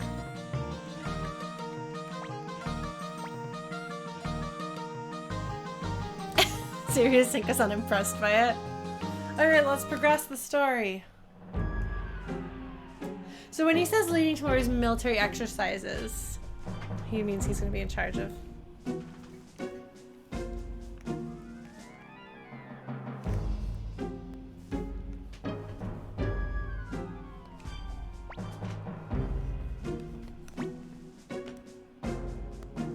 Ha ha ha ha ha.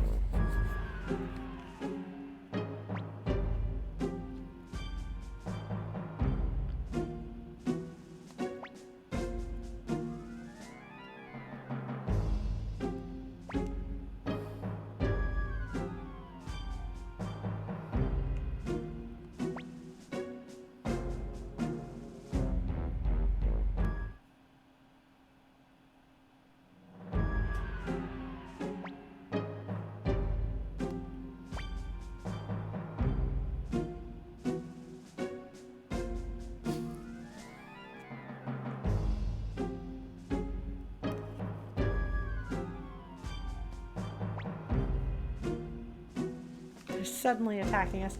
There's something about the way suddenly is used in a lot of Japanese media that isn't, when it's translated, like it makes sense, but it's not quite comfortably, like naturally how it would be said in English.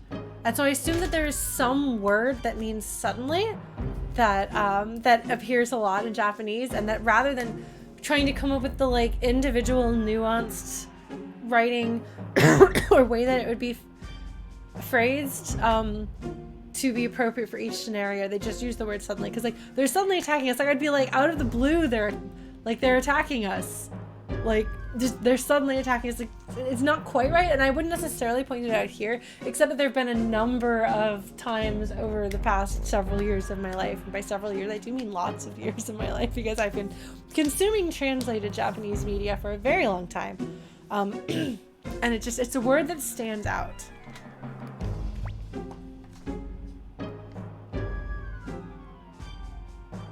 Oh no, there's a spy.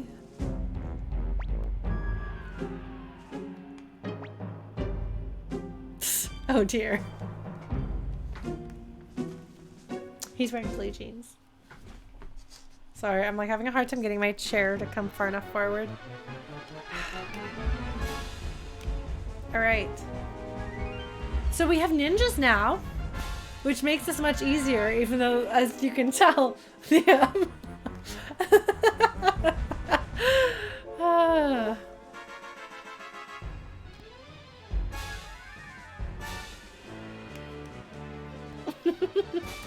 Matthew's making fun of them. Look at how few of them there are versus how many of us there are.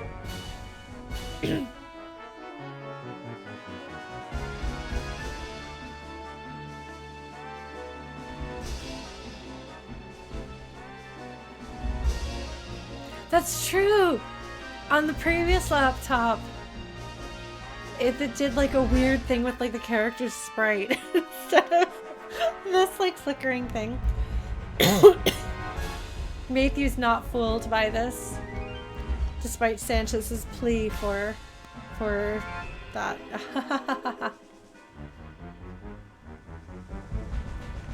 All right, ninjas.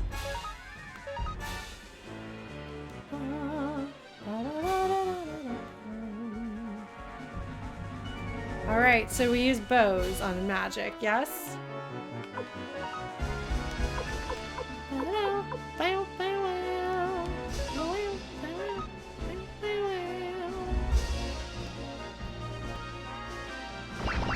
They don't even get to cast their spells.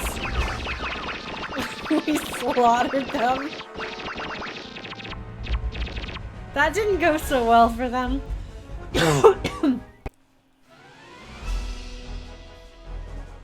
The music has turned into the "we are gonna win this." I mean, at this point, like, kind of why bother, but we're gonna do it anyway. Alright, Kasumi. There's like 600 of them.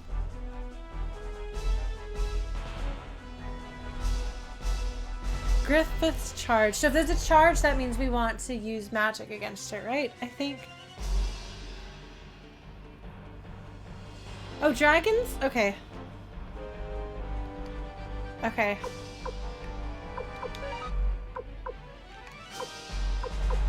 Oh, that's others. Yields to bow, okay.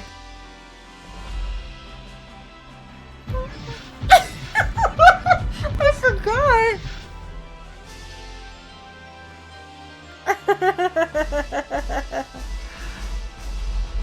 Yeah, serious, thank you. Weren't here earlier. Arukamania, who is here in chat, he's been answering translation questions and things like that on the on my YouTube videos for quite some time now, and he's joining us tonight for the first time so he can answer things that are general questions that don't require research about translation stuff, which is cool.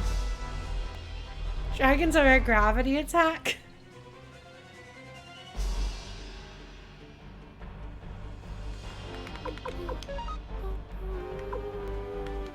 Oh, that kind of gravity attack. it. Okay.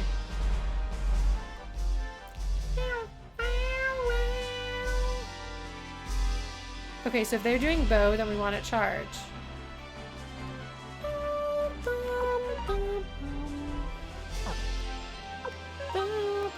Oh wait, no, we want to. Let's be extra. We're gonna be extra. Here's the plan and stick to it. Oh, and make sure you obey it. Excuse me, I was not sufficiently Matthew. All right, behold the power of the science. The Lapots are gonna take care of business.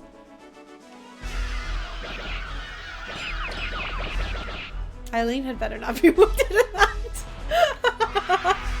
Yay! Did we take any damage?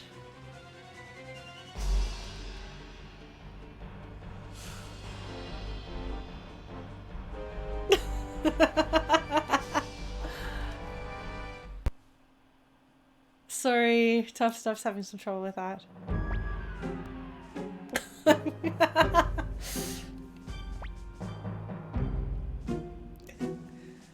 Do you want to cut off his head, Chrono?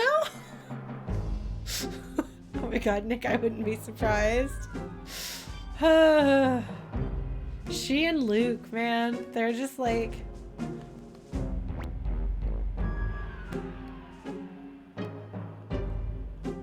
So when he says this line, instantly you like him a little more, you know?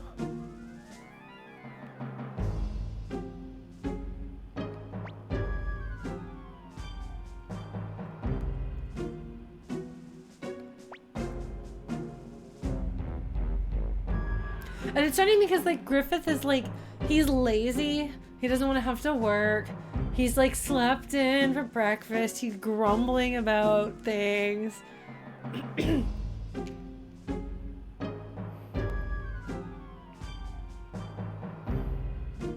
Well, it's weird because when he's like, hey, let's do this without bloodshed, but he's lying then. But here he's telling the truth.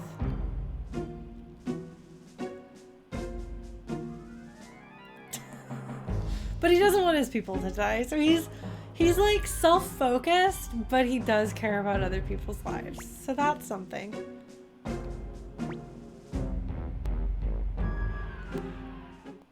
Okay, well that's cool. So now those are our 465 men. Also, I'm totally gonna go back to that checkpoint because I need to get that treasure chest.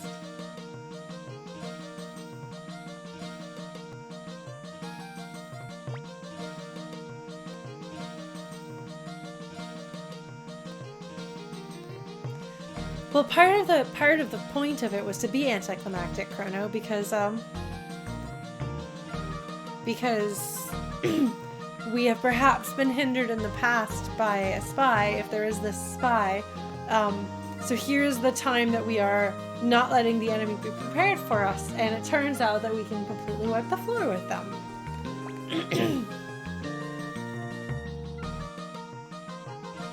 I want the old books. Sometimes those have lore.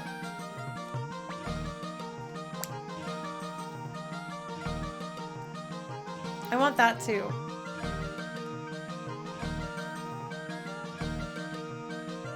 If it's paint, that's fine. Less exciting, but still fine.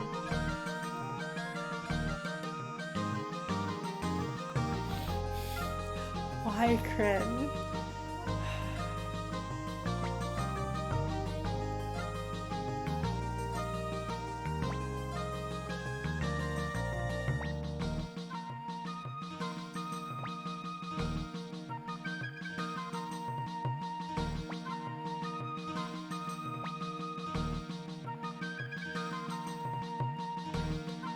So there's some holes in this plan that Matthew is sharing with us, and the characters in this area are pointing out to us what the flaws are.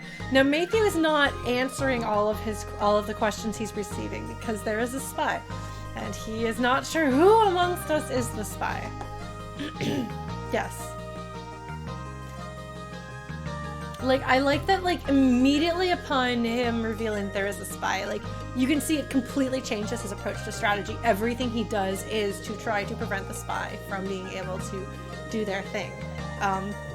This is good. Like, you really feel it. And this scene right here again reinforces that. Alright. Who are we bringing with us? Alright, we've got Crin and Kasumi. So there's 2 back row characters. Who else do we want to bring?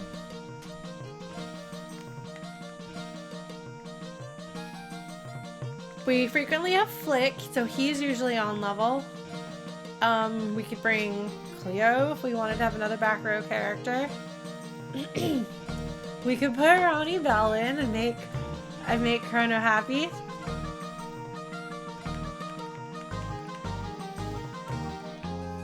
Oh gosh, I'm so sorry.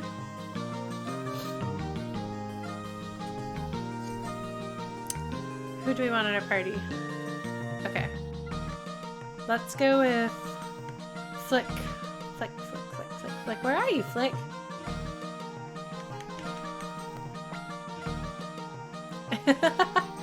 Alright, Persmarka isn't leveled up, but we can put him in the party if you want. He is pretty cool looking.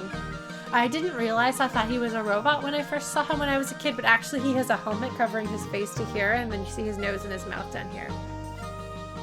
Okay, so we'll put Persmarka in the front row, Flick in the front row. Who else do we want? We could have another front row character and put McDowell in the back, or we could have another back row character and put McDowell in the front. Do we want to have Ronnie Bell in the front? Let's do it for Chrono. Okay.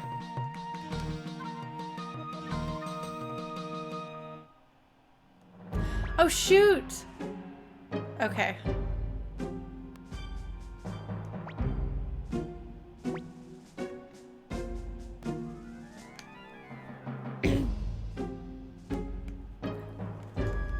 Strategizing. I notice he's putting himself and his own safety on the line, which he did inform us he was willing to do. Yeah, so this might be a little tricky. I don't remember when I saved last.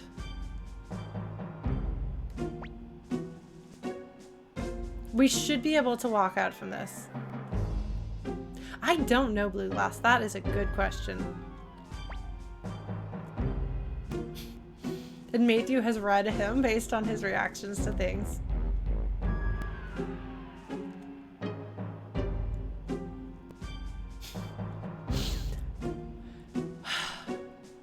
There's a little cutthroatness in all of the Silverberg strategists.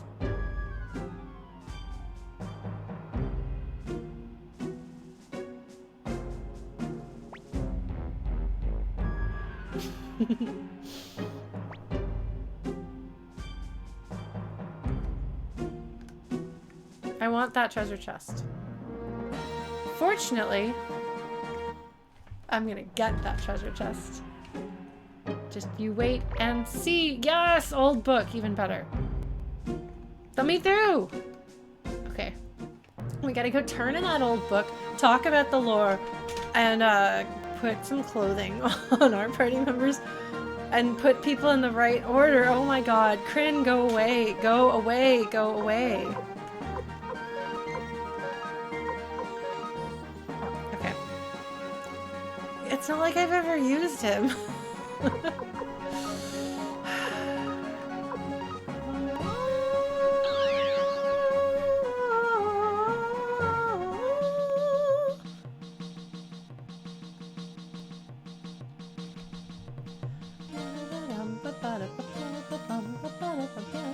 Let's go to our library, turn in the book, get some clothes for everybody except Crin can die. I don't care about you, Crin. I don't know that I would say that Crin is the most despicable person in the game, but he is definitely on the list.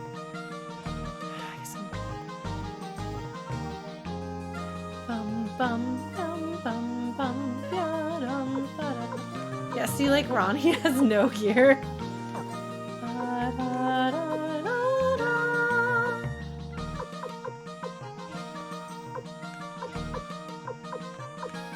Is half helmet as good as it gets? No. Okay. I'm just gonna go buy more stuff.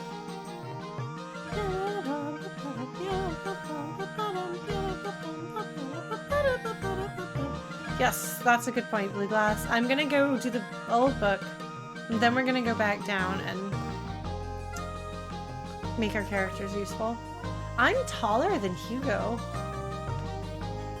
Haha. Which one did I just get? 7? Oh, is this it? Is that all? There's a peeing boy statue, by the way.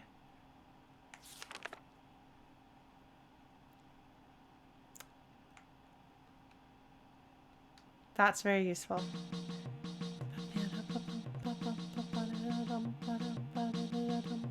Well, that did not provide me with lore, and I'm disappointed in that, but that's okay.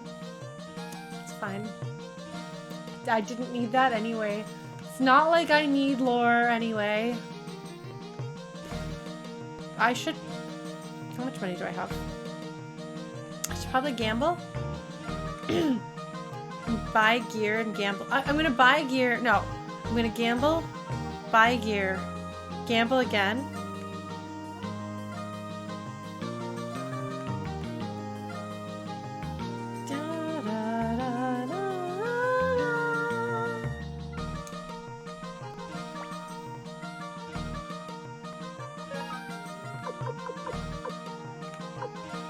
Ooh, Prismurga can wear the full helmet. Okay.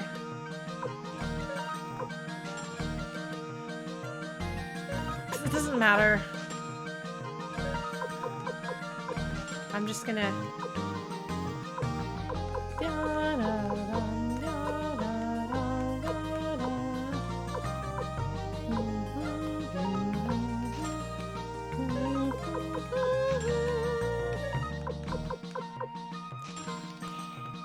I hate you, Crin.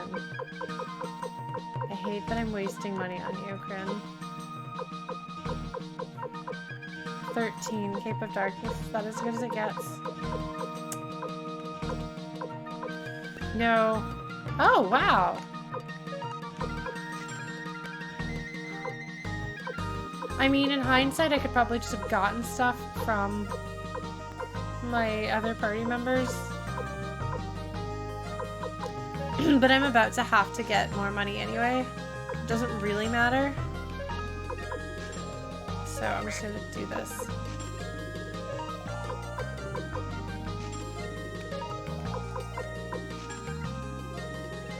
Crin's gonna get garbage from my garbage factory.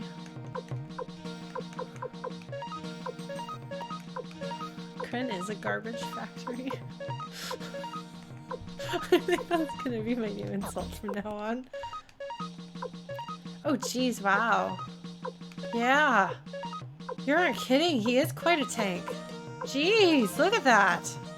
Way to go, Prismurga.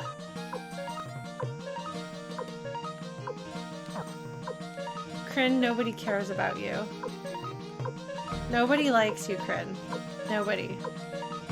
Jeez, Prismurga.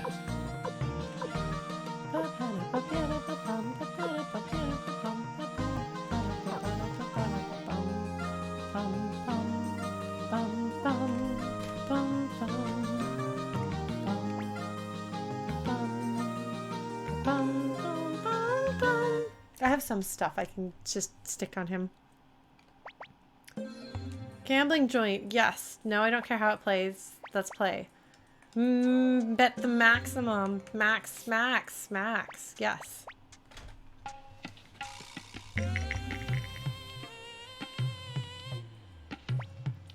Off to a good start.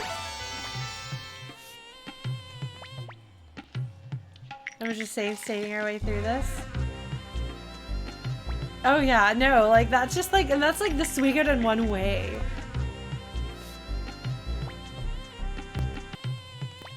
Sorry. That might be a little disconcerting, I realize, but oh yeah!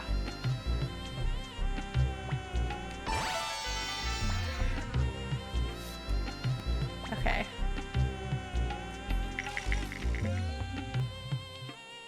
Oh no, that isn't good for me. Okay. Yes, we're laundering the money.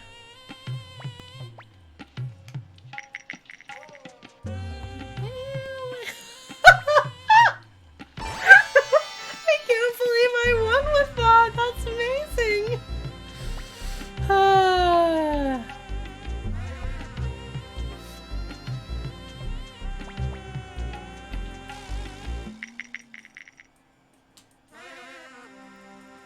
Oh no. Oh no.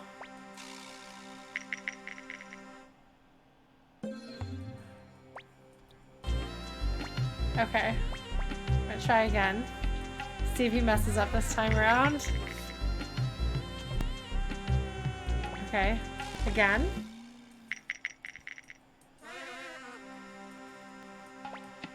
Like, I almost wonder if it would be faster for me to just load every time he didn't instantly do something bad. Alright. Yeah, we are having some bad luck. We're gonna keep trying, though. We're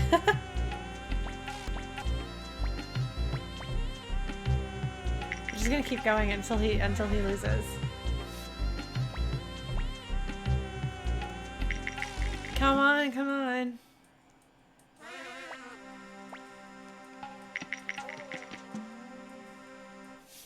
I'm just, like, that just takes too long. Trying to actually roll. I'm just gonna keep reloading until he messes up. Come on, there's like, yes! That's what I'm talking about. Yeah. Okay. Gonna keep trying now.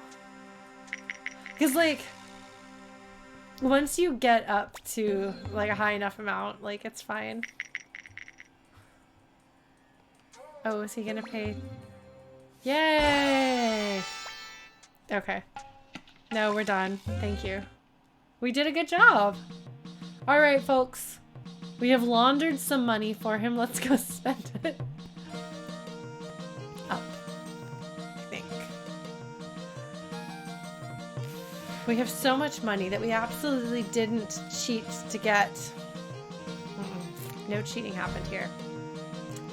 No, sir. You don't... That doesn't make sense. That's not how it works, right? I don't know anything about blacksmithing, really. I've never blacksmithed, but...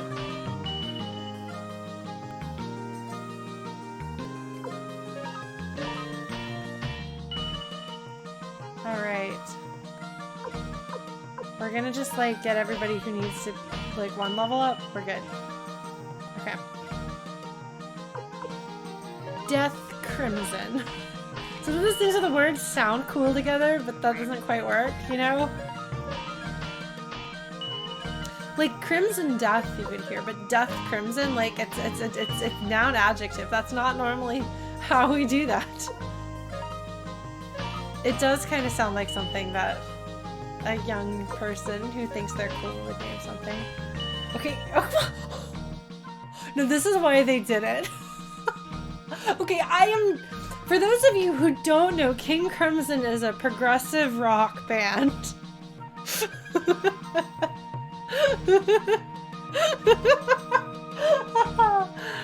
That's amazing. Okay. That's why they... That's hilarious. I'm really curious about that. Do we blame that on the translators? Or is that something that they had in the original? Apparently... See, and this is where normally I would be like, hey, you two, when you get the chance, could you do the... You don't have to do the research now, or Wikimedia, but this is the sort of thing, as you have seen us, where we're like, wonder why it's that? It's like, oh, we've got someone we can ask. So you don't have to look those up, but it has been very entertaining that whenever we have questions like that, we get answers. So if you ever wonder about those things, Wikimedia like writes me like an essay of information with sources. It's amazing. It's like I learned so much. So, all right. So it goes from Big Sakura to, what do we think it turns into? Mega Sakura? Please forgive my bad accent trying to say things in Japanese.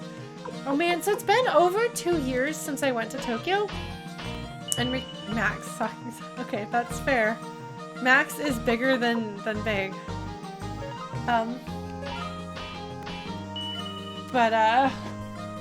It's been over 2 years since I went to Tokyo, and I still haven't uploaded the last video that I recorded with Mina Minaka.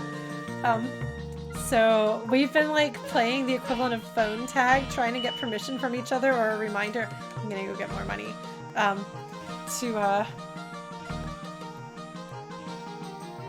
Wrong way, I think. Because I'll be like, oh, I think I've still got this thing. I need to upload it. Sorry. And then they were like, hey, you haven't done it in a while. And I was like, oh, my cat died. And they're like, oh, that really sucks. We understand. And then for the past year, we've been going back and forth on like trying to like be like, can I upload it? Yes, we've got questions about things. Do you want to upload it? I don't know. Just back and forth, back and forth. So hopefully that'll go up. It's a Final Fantasy IX song. And then I want to see if they're, even though it's been 2 years, if they're willing to do a long distance thing with me. Because I have a particular thing I want to do with them that I don't think they've done.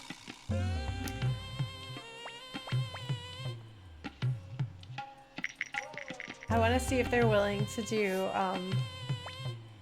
possibly, Sticky Dane with me. 2 flutes, 2 vocalists. Or maybe something from Final Fantasy XIV. I don't know if they play. Oh, man, I could do something from 14. So, I'm sorry.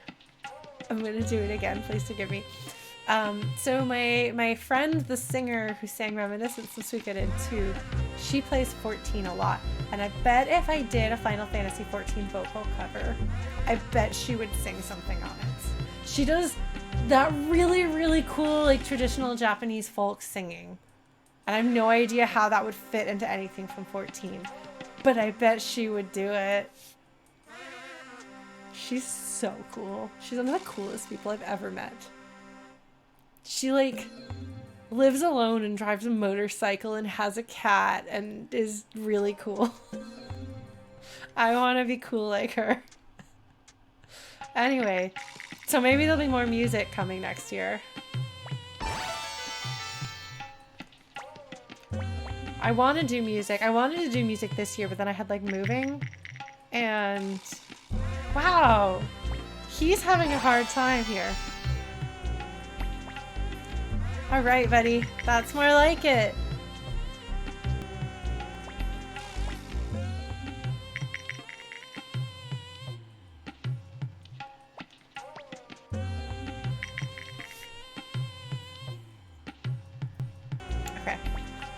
All right, hold on. We can do this, we can do this, we can do this.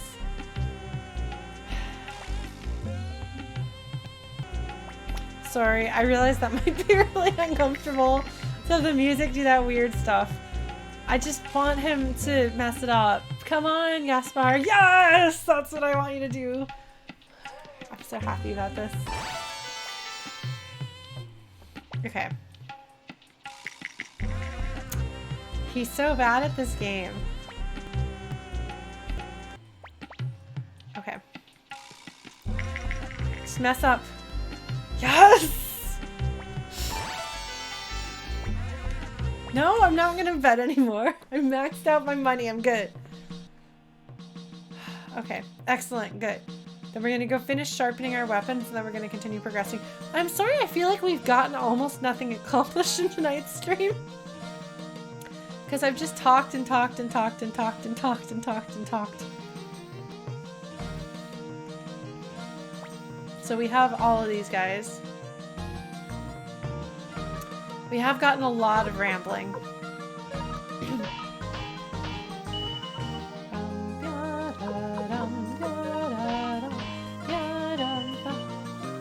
Sophie is no longer sleeping on my flute, but she is curled up. Hold on. Can you see? She's curled up next to it now. I had a dream about something to do with,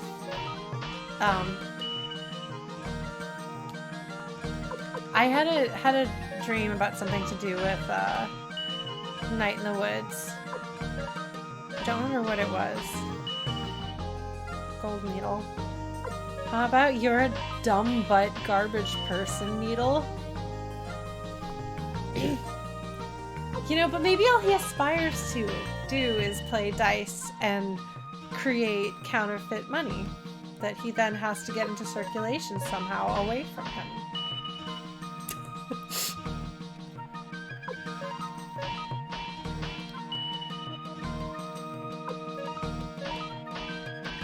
I don't know, Blue Glass, because I want to see what it becomes.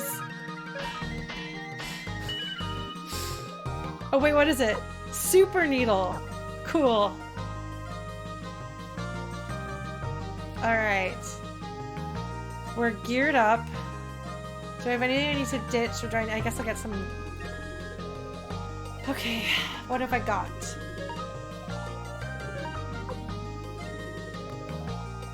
Why do I have a master robe?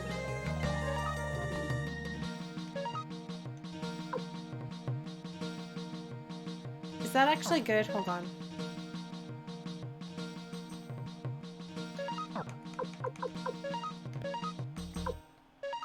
Oh, hold on.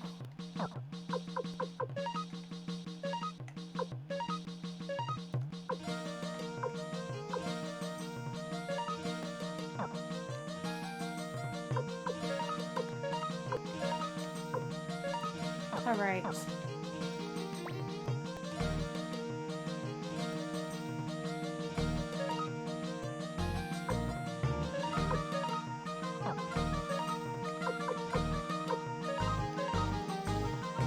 Prismurger, you can't get rid of his dragon armor. Okay, he's stuck with it. Funny.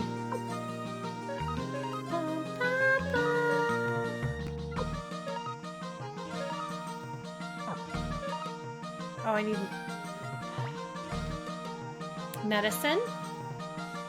No! Withdraw. Medicine. Oh my god. Are we really gonna play Suikoden 4 on stream? Are we really gonna do this? Are you gonna do this to me? It's so bad. It's so bad. And maybe I wouldn't hate it as much as I think I would playing it again, but I just was so mad about it. I was like, this game is so bad.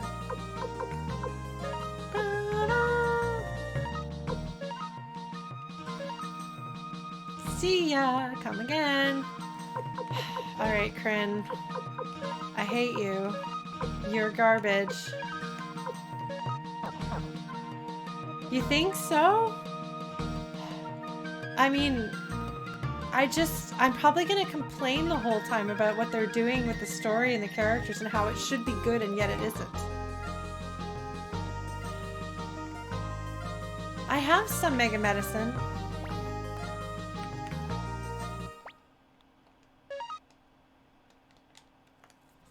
I think. Oh, I don't have a healer in my party. Well, hopefully it'll be alright. Oh, that's right, we decided that we'd be fine. That's true, we can make fun of it. But I also, like, I just have a lot of complaints about it. And maybe it'll actually be satisfying to air my complaints about the game as the game happens. Maybe it's less bad than I remember, but I don't think so. Where am I going? Northern checkpoint. There it is. I figured it out. All right.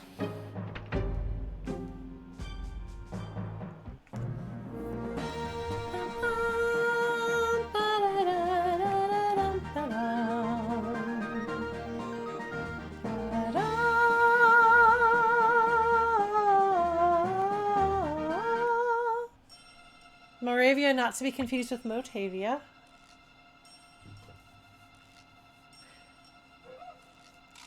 I'm complaining about Suikoden 4. I strongly dislike it. And yes, he looks silly when he walks, but then they just speed up his animation when he runs. Like it's just the same animation sped up and it looks even worse. It's really bad. It's really bad. I never cried. I don't think I cried during that game. Certainly not during any of the main plot points. So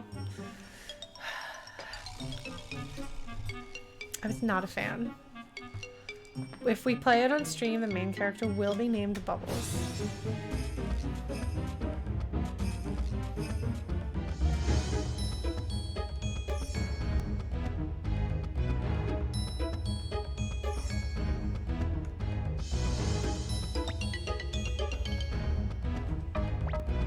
So they're telling us, by the way, you're in disguise. We know that you look at your sprite and you look the same, but actually your character's in disguise.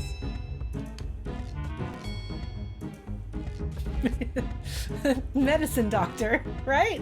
Right.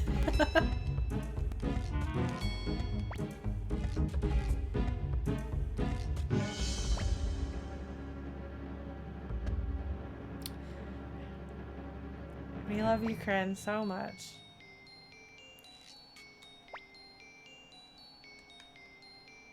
She's just like, what is wrong with you?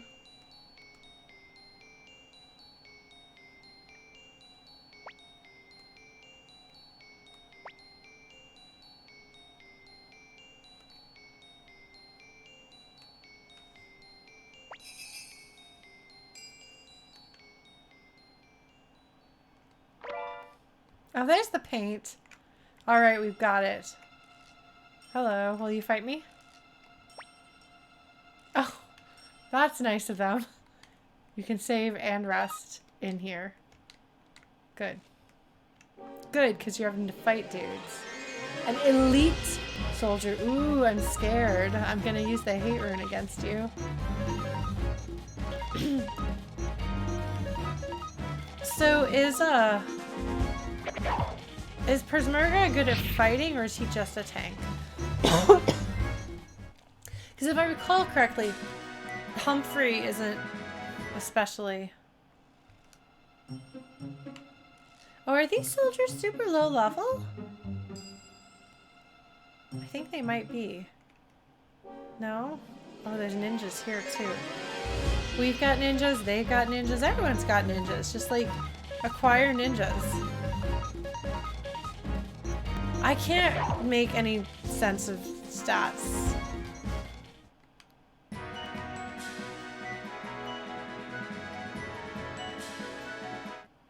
Oh wow, okay.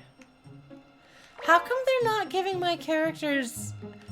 How come if they're really high level enemies, how come Crin has only gotten 1 level from each of them, or 2 levels? Same temp agents, yeah. Okay, here we go. This is what hell is for. I don't feel like fighting all of these guys.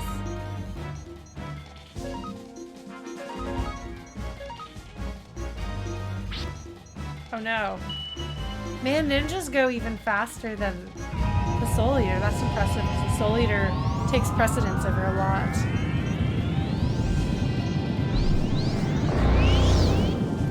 Wow.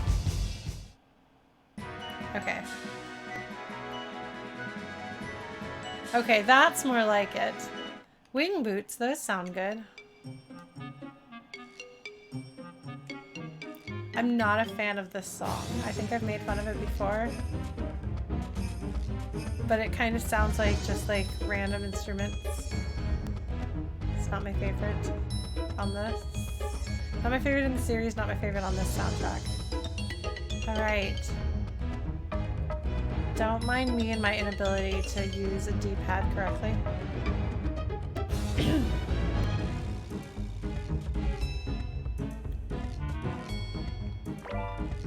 There we go, we've got some mega medicine. Who got that? Taikoku wear. Oh, hold on. Who can wear this? Oh, Ronnie Bell, okay. Ronnie Bell, you will equip that. You will hand over this to Kasumi. Man, I really like Symphony of the Night. It's really good. I have no idea why I Taikyoku? Sorry, I said that wrong the first time.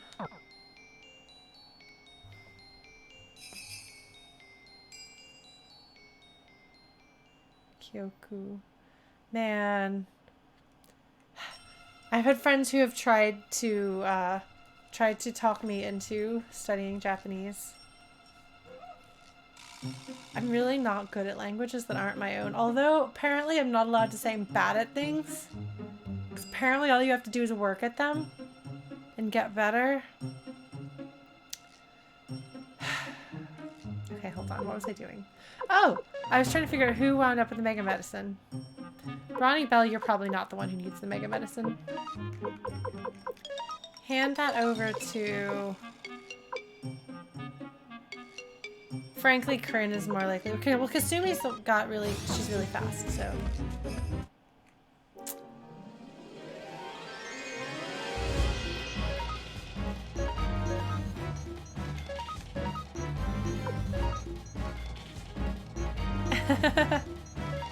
Yeah.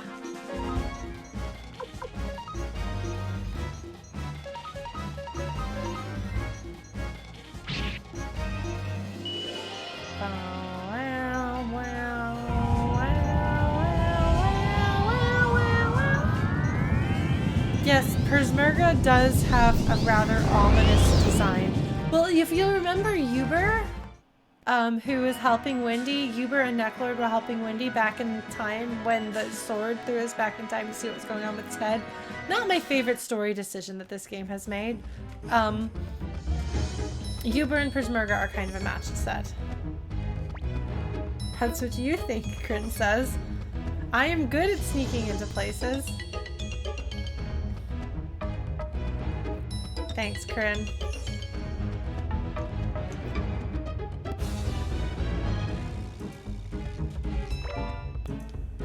Oh, cool, a needle. It's in case we get... Okay, let's see what happens if we just, like, fight.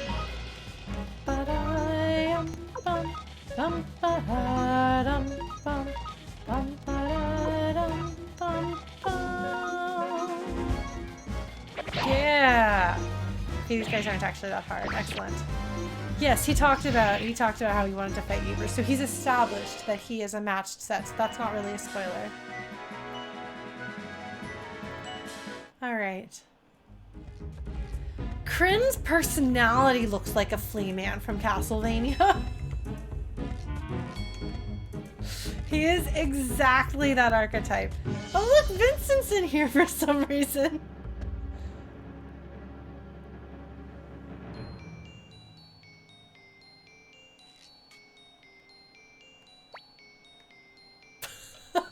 Thank you, Victor. Victor's like, I figured they'd come eventually. I know how they are. Crin, shut up.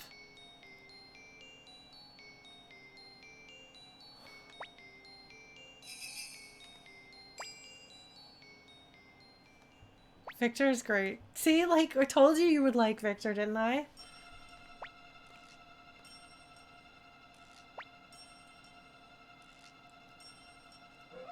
He's kind of got, like, a feather thingy on his head that looks like a Dragon Knight headdress thing, headpiece.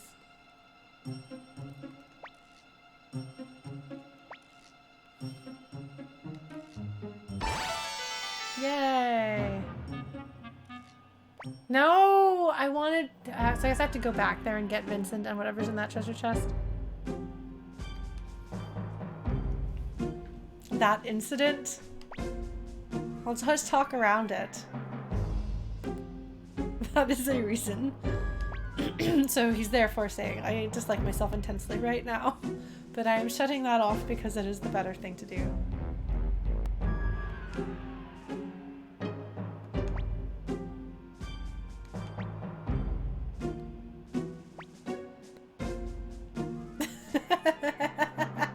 There is something very satisfying about Matthew being good at his job, even if he hates himself for his job and for being good at it.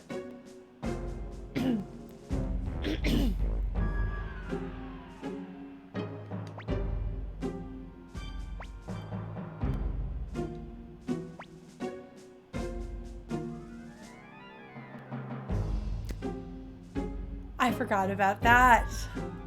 I forgot about that!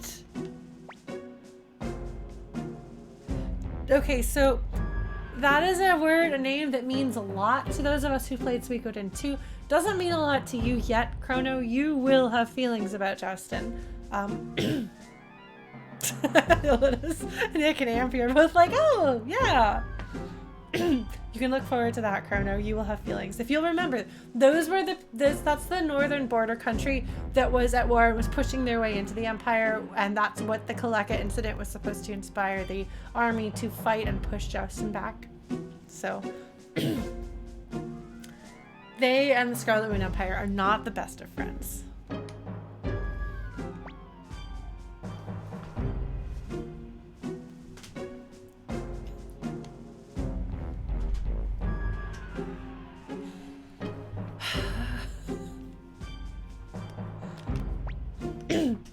And it's funny because Matthew is, okay, funny isn't the right word, but Matthew is such like a sweet and sensitive person that he just wants to like, he wants to retire peacefully in a village where he helps children learn to read and do basic arithmetic.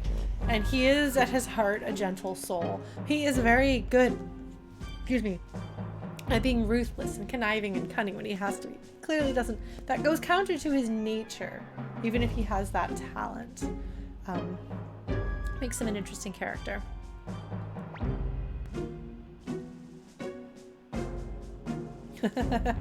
He's like, I didn't ask them to do it. I just let them know that they should.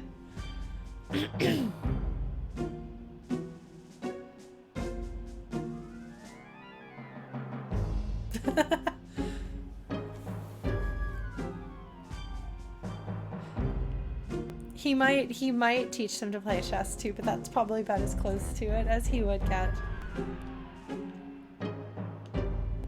He has confidence that they'll be pushed back.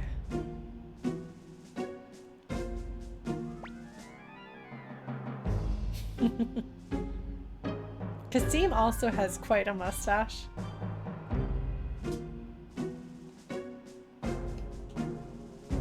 Yes, but it is worth noting because, so as you might gather from the fact that this is a series of games about war, strategists are important throughout the entire Suikoden series, and each strategist has their own unique individual personality, and their own relationship with morality, and what's right. And I think that your statement about Matthew, the line, never let your sense of morals prevent you from doing what's right, I think that's correct, because Matthew is not driven by winning. Matthew agrees that winning the war will cause less suffering. At this point, he's like, suffering will happen if I don't make this happen, so I will get involved and make it happen quickly so that suffering is reduced.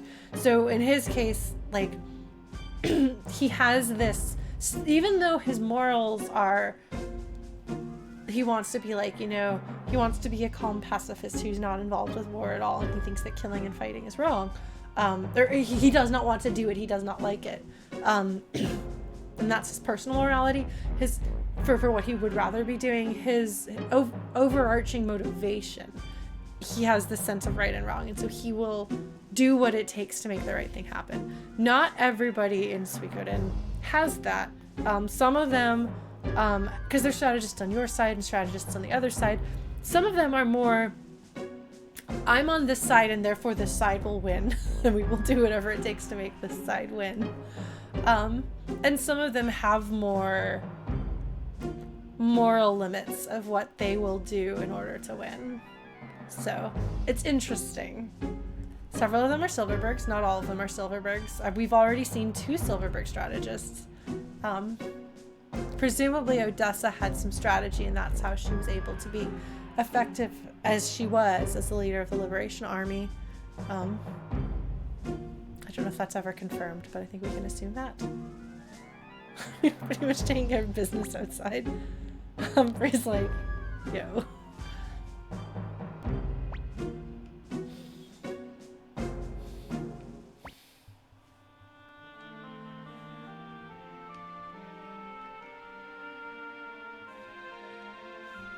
Matthew's like, please do not throw your life away.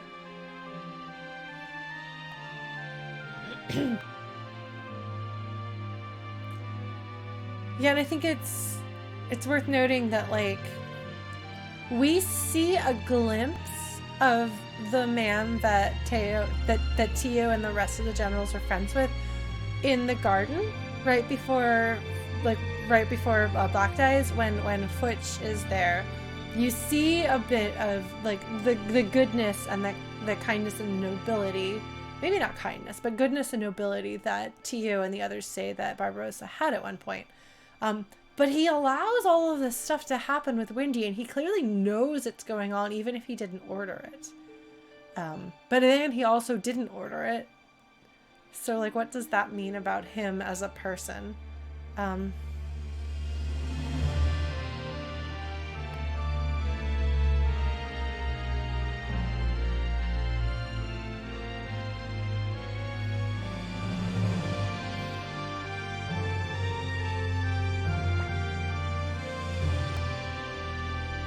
Haha. Milik's like, I have to be there because this idiot is gonna get his head cut off and he doesn't need to. So let me show up and tell him not to. You know, I just realized Milik's haircut kind of makes me think of Rather Dashing from the from the Peasant's Quest live action video, you know?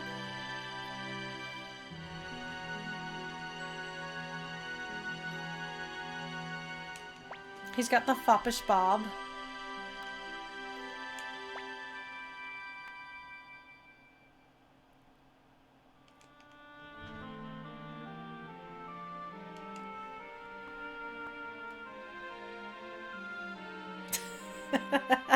Foppish bob.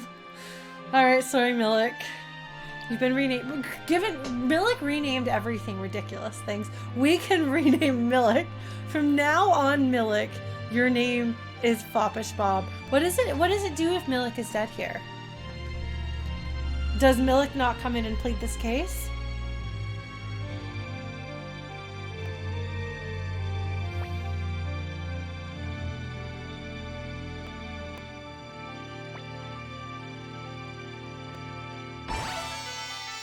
There we go. We're collecting all of them except for our dad who we killed. Bludgeoned to death with a stick. No, but I mean, if he doesn't plead his case, but does somebody else not fill that role is rather what I was saying. It'd be hard for me sometimes to say the sentence that I'm trying to say to acknowledge and react to what's happening in chat while also engaging with the story of the game. So what I meant to say is if he doesn't do it, does nobody do that?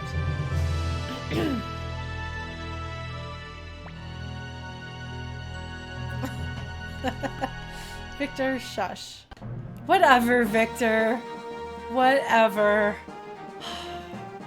Oh wait, I can just teleport. I'm going home, I assume.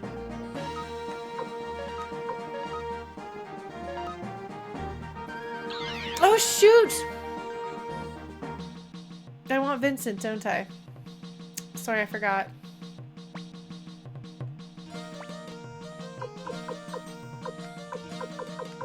Moravia. It's the one that looks and sounds like Motavia, but isn't. Just gonna walk on in. Boop, boop, boop. Nothing to see here.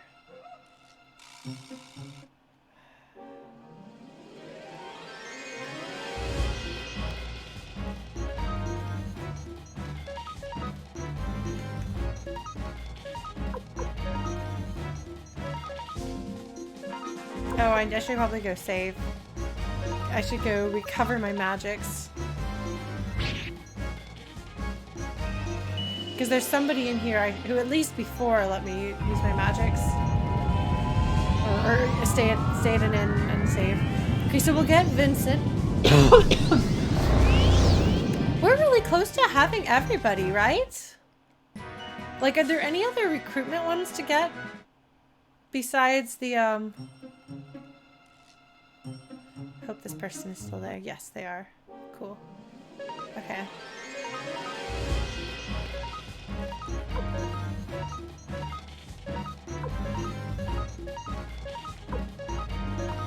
Alright. Blam! Blam!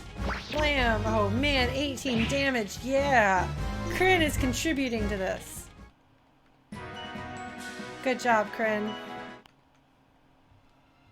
Not good job, Crin. Crin is the worst. He's terrible.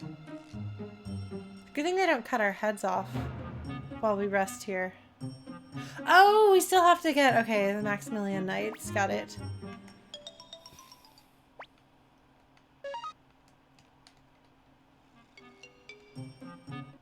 Yep. Whatever. Oh, what am I doing? I can just, like, do this.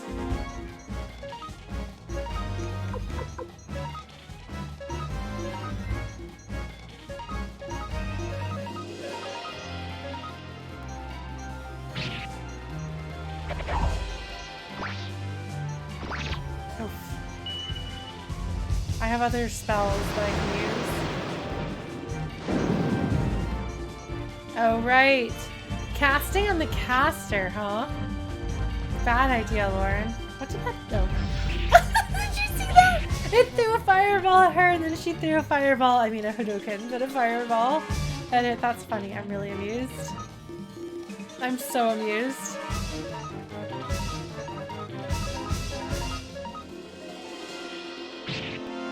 It did look like that, didn't it? I'm really amused by that. Well done. Well done, Ronnie Bell.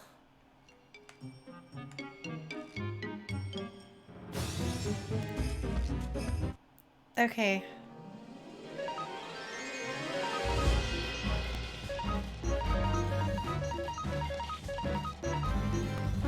Bum, bum, bum, bum, bum, bum, bum, bum. I'm not quite sure why you're so attached to him. I know you've described it a bit before, but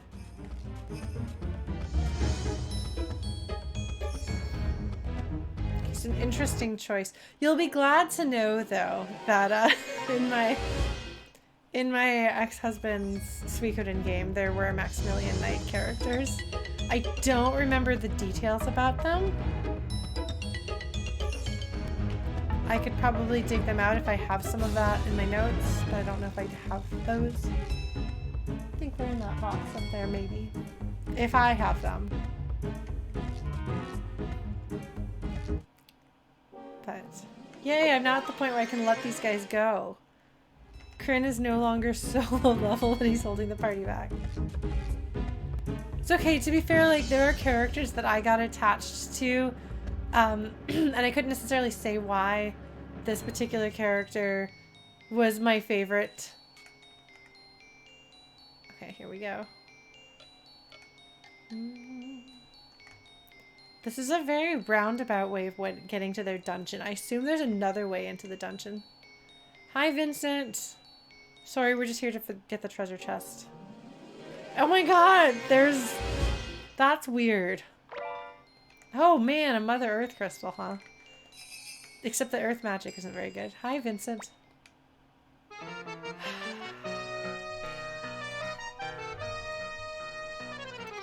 Oh, this is him saying Vincent with a French accent.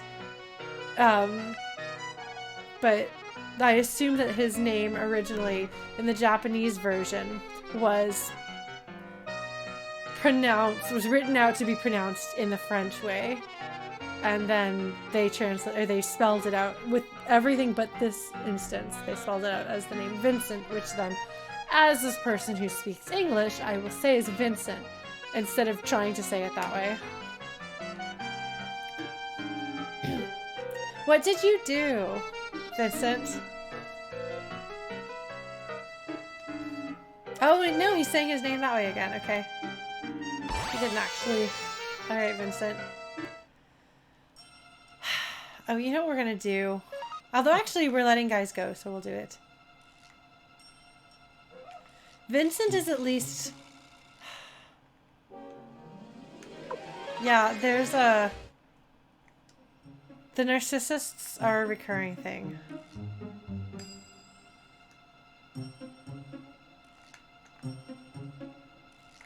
Oh, Smith. Oh, Sue, thank you for following. I think we had somebody else who followed and I didn't thank you for it. I apologize for that. I try to welcome people, but sometimes I get sidetracked by talking a little bit. The Onion is a brilliant piece of recurring literature. I don't know what else to call it. It's not.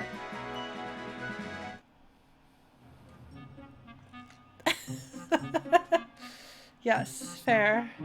Disregards local. How do you say that word? Constabulary. How do you say that?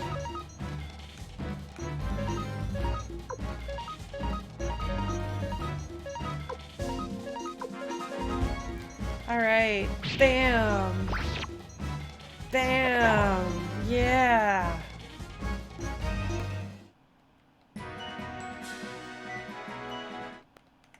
I just am not confident in how to say that word.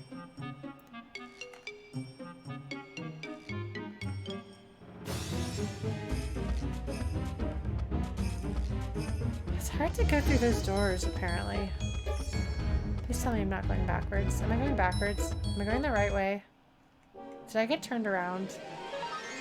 I bet I got turned around.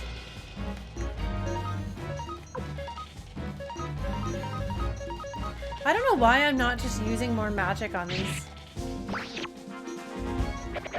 Cause like, it's not like it matters. There's not gonna be a boss to fight here, but and yet. She had one experience. Oh my god, Crin is level 50. There's something humiliating about the fact that Crin is level 50.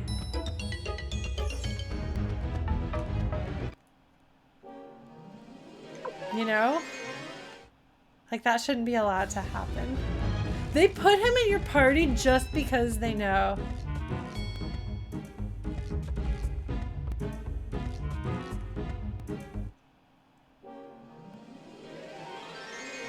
They know that you're gonna get mad that Crin is in your party. They know you hate him. Okay. No, but you have to have him in your party for that plot section. Right?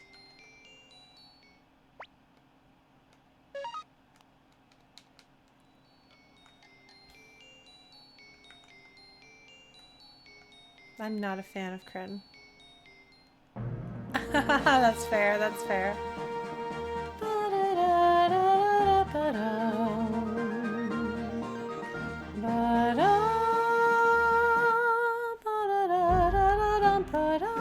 Here we go. Argetlam? His favorite, MC's favorite character here.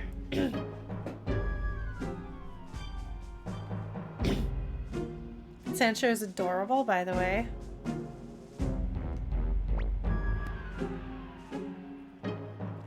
So this is very definitely Don Quixote. It's not trying not to be Don Quixote.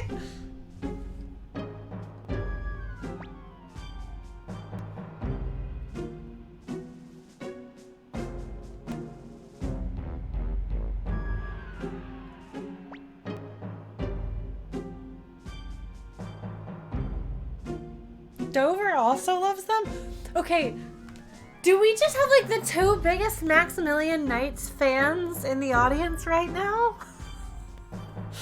The nice thing about the Suikoden games is there's so many characters that like almost every character in each game has somebody who super loves them. But I wouldn't have called these guys as being like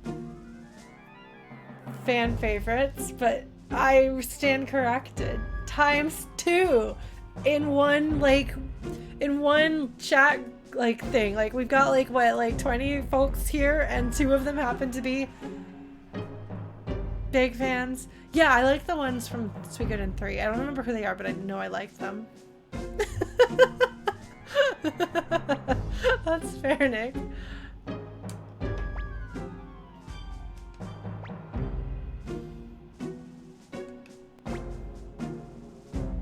At least Sancho knows.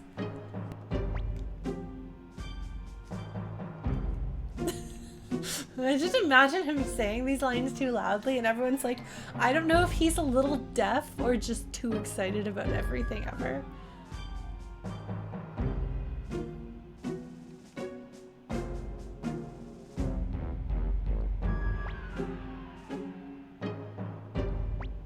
He's very adorable. Obviously, we're gonna recruit them.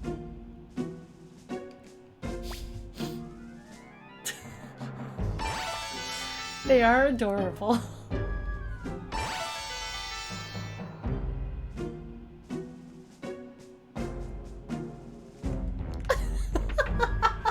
I am so delighted and amused that you're both so pro Maximilian Knights. I'll see if I can dig up remembering who the Maximilian Knight characters were in our tabletop game. Alright. Let's do it. Blinking mirror. We're doing so well. Thank you folks for helping.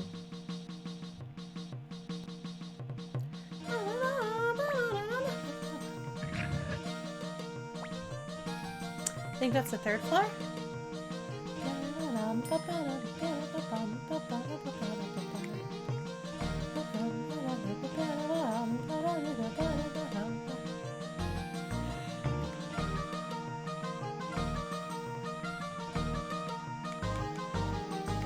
Alright, there's one.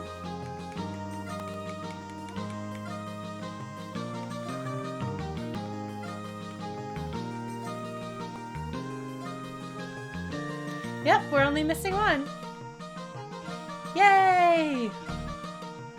Not counting Gremio, who has passed away, tragically. Gary? Gary? Hi, Stolen Light. I don't remember Gary in Suikoden 4. Suikoden 4 was not... I know this is a surprise. Not my favorite. I can't believe I'm actually gonna maybe play Suikoden 4. Gremio, on the other hand, is excellent, and I love him very much. Hi, Victor, you're back! He's helping. Oh, Victor. Man, I had a friend in college who we dressed up as Victor.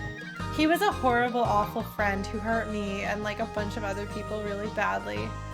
And he later apologized to... He was super misogynistic, but in like a nice guy kind of way. And he was also like a total jerk to his male friend. So he later apologized to my ex-husband, but not to me, even though he was worse to me, because I didn't matter. And then years later, I found a thing that he'd written on the internet that people are like, where he was like, I understand women. He clearly didn't. And people are like, oh, he's probably like 20, 21. I'm like, no, he's my age. At the time, I was not in my early 20s, and neither was he. Anyway, he's now fabulously successful and famous and popular on the internet. It's very annoying. Like, I have a couple of people that I knew either growing up or in college or like something like that who have gone on to be like famous. Like, I have a friend, one of my really, really good friends from like elementary, middle school, and early high school, has since gone on to be one of I think she's now formerly from BuzzFeed, but she's one of those like online comedians who's super popular and beloved. But I knew her when we were like 5th graders. We were very good friends. But she is a lovely person. She's a good person, and she absolutely deserves her success. And I hope she's happy, because we all went through some hard times when we were younger, and I really hope that she's happy, and I'm really glad for her that, like, she's doing really well. And, like, my former bandmate, who's now, like, a super successful and popular Twitch streamer, I'm happy for him. He worked hard and is a decent dude. As with everybody, he's a flawed human, but, you know, he deserves it, and I'm happy for him. I'm proud of him. This other dude... Okay, so you know me. You know what I'm like. After having been friends with him and then also having a really toxic work environment right out of college. I would go to places when I first moved to Austin and kind of got away from this guy and his friendship.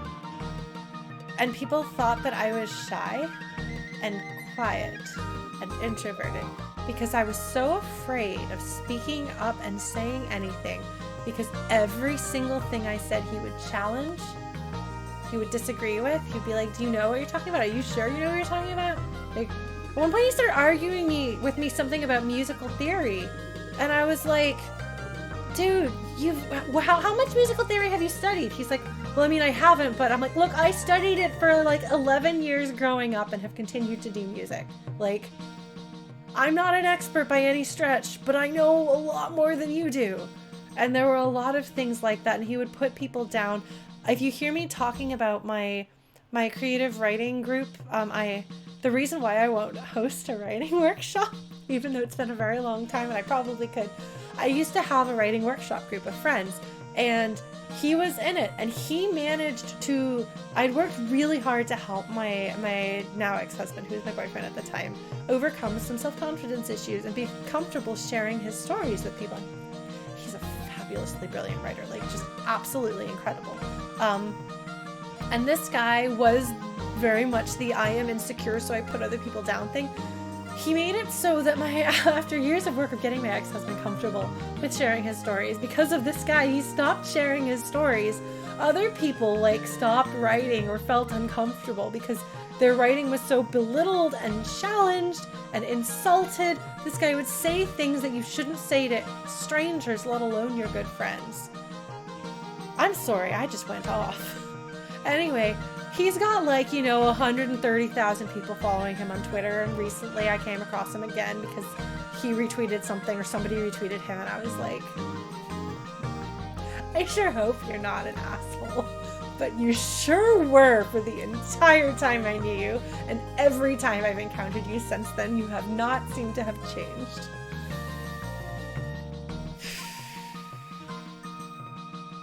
Moral of the story: don't put your friends down. Even in jest, the hurtful words that you're saying are still hurtful, even if you don't mean them. And if you have a friend who puts you down and it hurts, it is legitimate to be hurt by those words. And if you feel like, where you're like, well, they wouldn't really hurt me and they wouldn't really mean it, like if you're making those excuses, no, they know that it hurts you. On some level, maybe they're doing it out of defensiveness. Maybe they are putting you down to feel better about themselves. That's on them. That is their problem and their mistake. It is not your fault. You did not deserve that. You deserve better. So you should be able to tell somebody, that hurts me, stop doing that. And they may be like, I didn't mean to hurt you. Okay, fine. But if they don't stop, that is on them. And if they argue with you or tell you, you should know I wouldn't mean to hurt you, they should know not to hurt you. I have very strong feelings about this. This has been a recurring problem with people in my life that I have been very close to. I have had this conversation too many times. So these days, if somebody is like that, I'll just tell them, like, I don't have any time in my life for people who are going to try to make me feel bad about myself. That's not funny and it's not a joke. And you will either stop that or I'm going to stop talking to you. So there.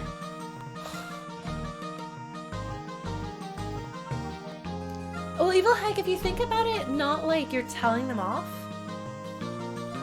You're not telling them off because you're being mad and mean and picking on them or whatever. You're defending yourself against, you are establishing and enforcing boundaries. That's all it is.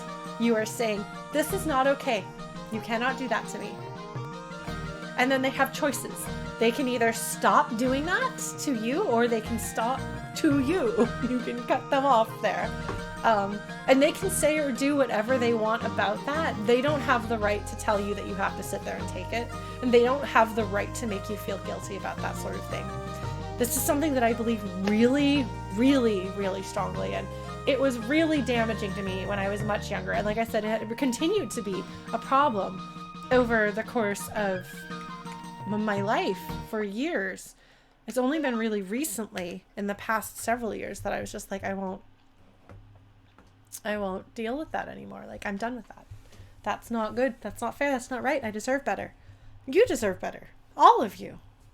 Like, I remember after I'd kind of gotten away from him as a friend, because I had told him he was trying to get in my pants, as nice guys often are. I was having some problems with my boyfriend, as happens sometimes in a relationship. And as friends do, you talk to your friends for support and perspective and sometimes advice. So as I talked to my other friends, I talked to him. And he was supposedly very, very good friends with my then boyfriend. But he got it into his head that I was the girl who was confiding in him about my terrible relationship. And yet, despite leaning on him as friendship, like, I wouldn't actually, like, give him what he deserved for being there for me. I was using him. And that, he, at one point, because I would try to set him up with my friends when we were friends. And he'd be like, I don't want to be friends with girls. I'm friends with plenty of girls. I need a girlfriend. And I was like, that's not how it works. So yeah, if you ever see me get really angry talking about nice guys, so-called, because they are like, girls never like nice guys. That's what he would say.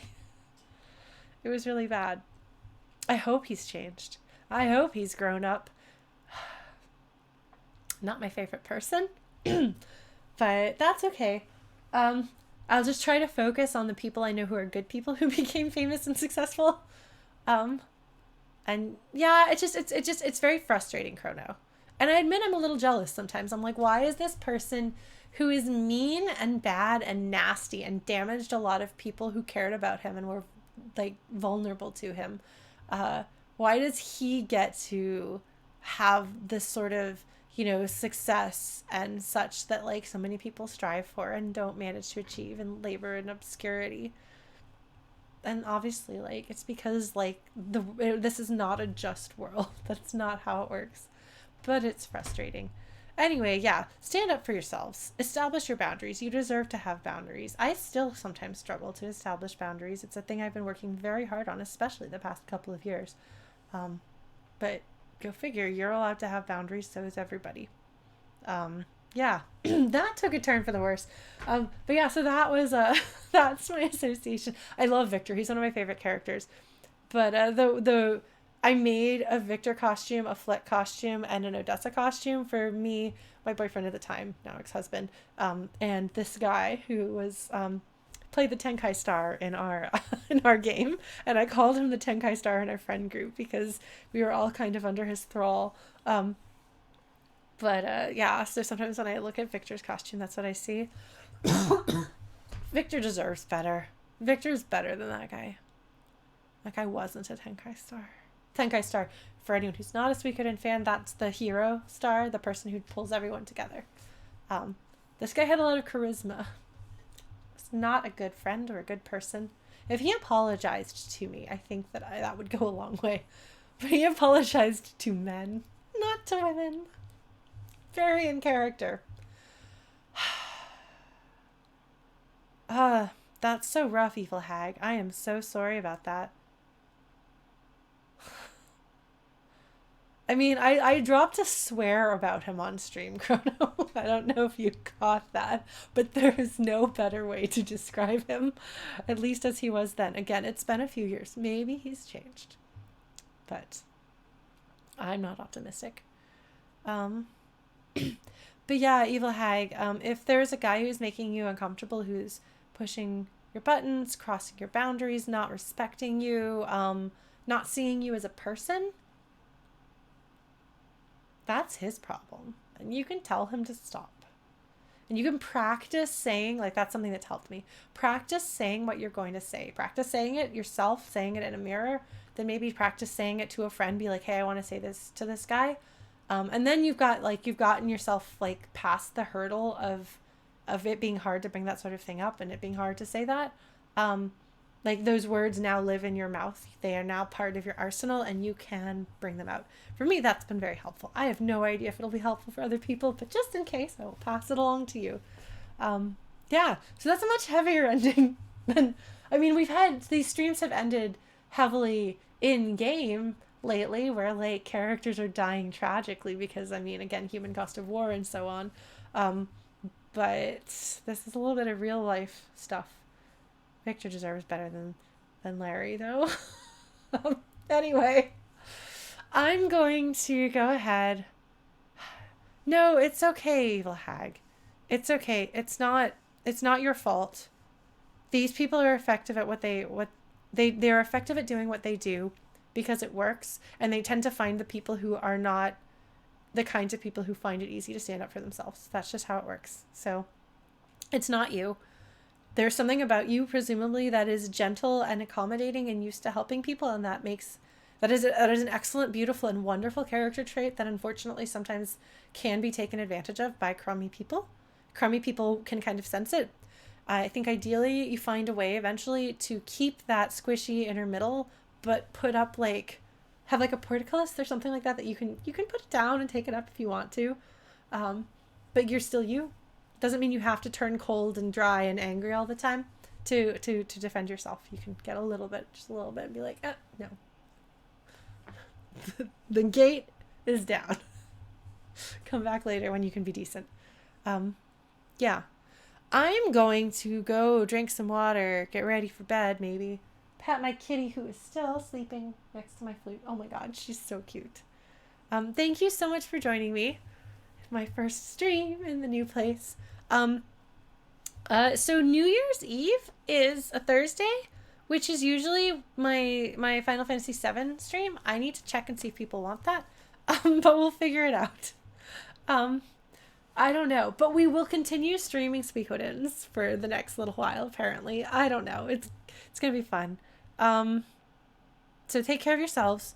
Remember, stay home, stay safe, party responsibly. And right now that means, always don't drink and drive, but like, don't go to New Year's Eve parties. Be the New Year's Eve party. Do a virtual New Year's Eve party. Dress like a disco ball and dance around in circles.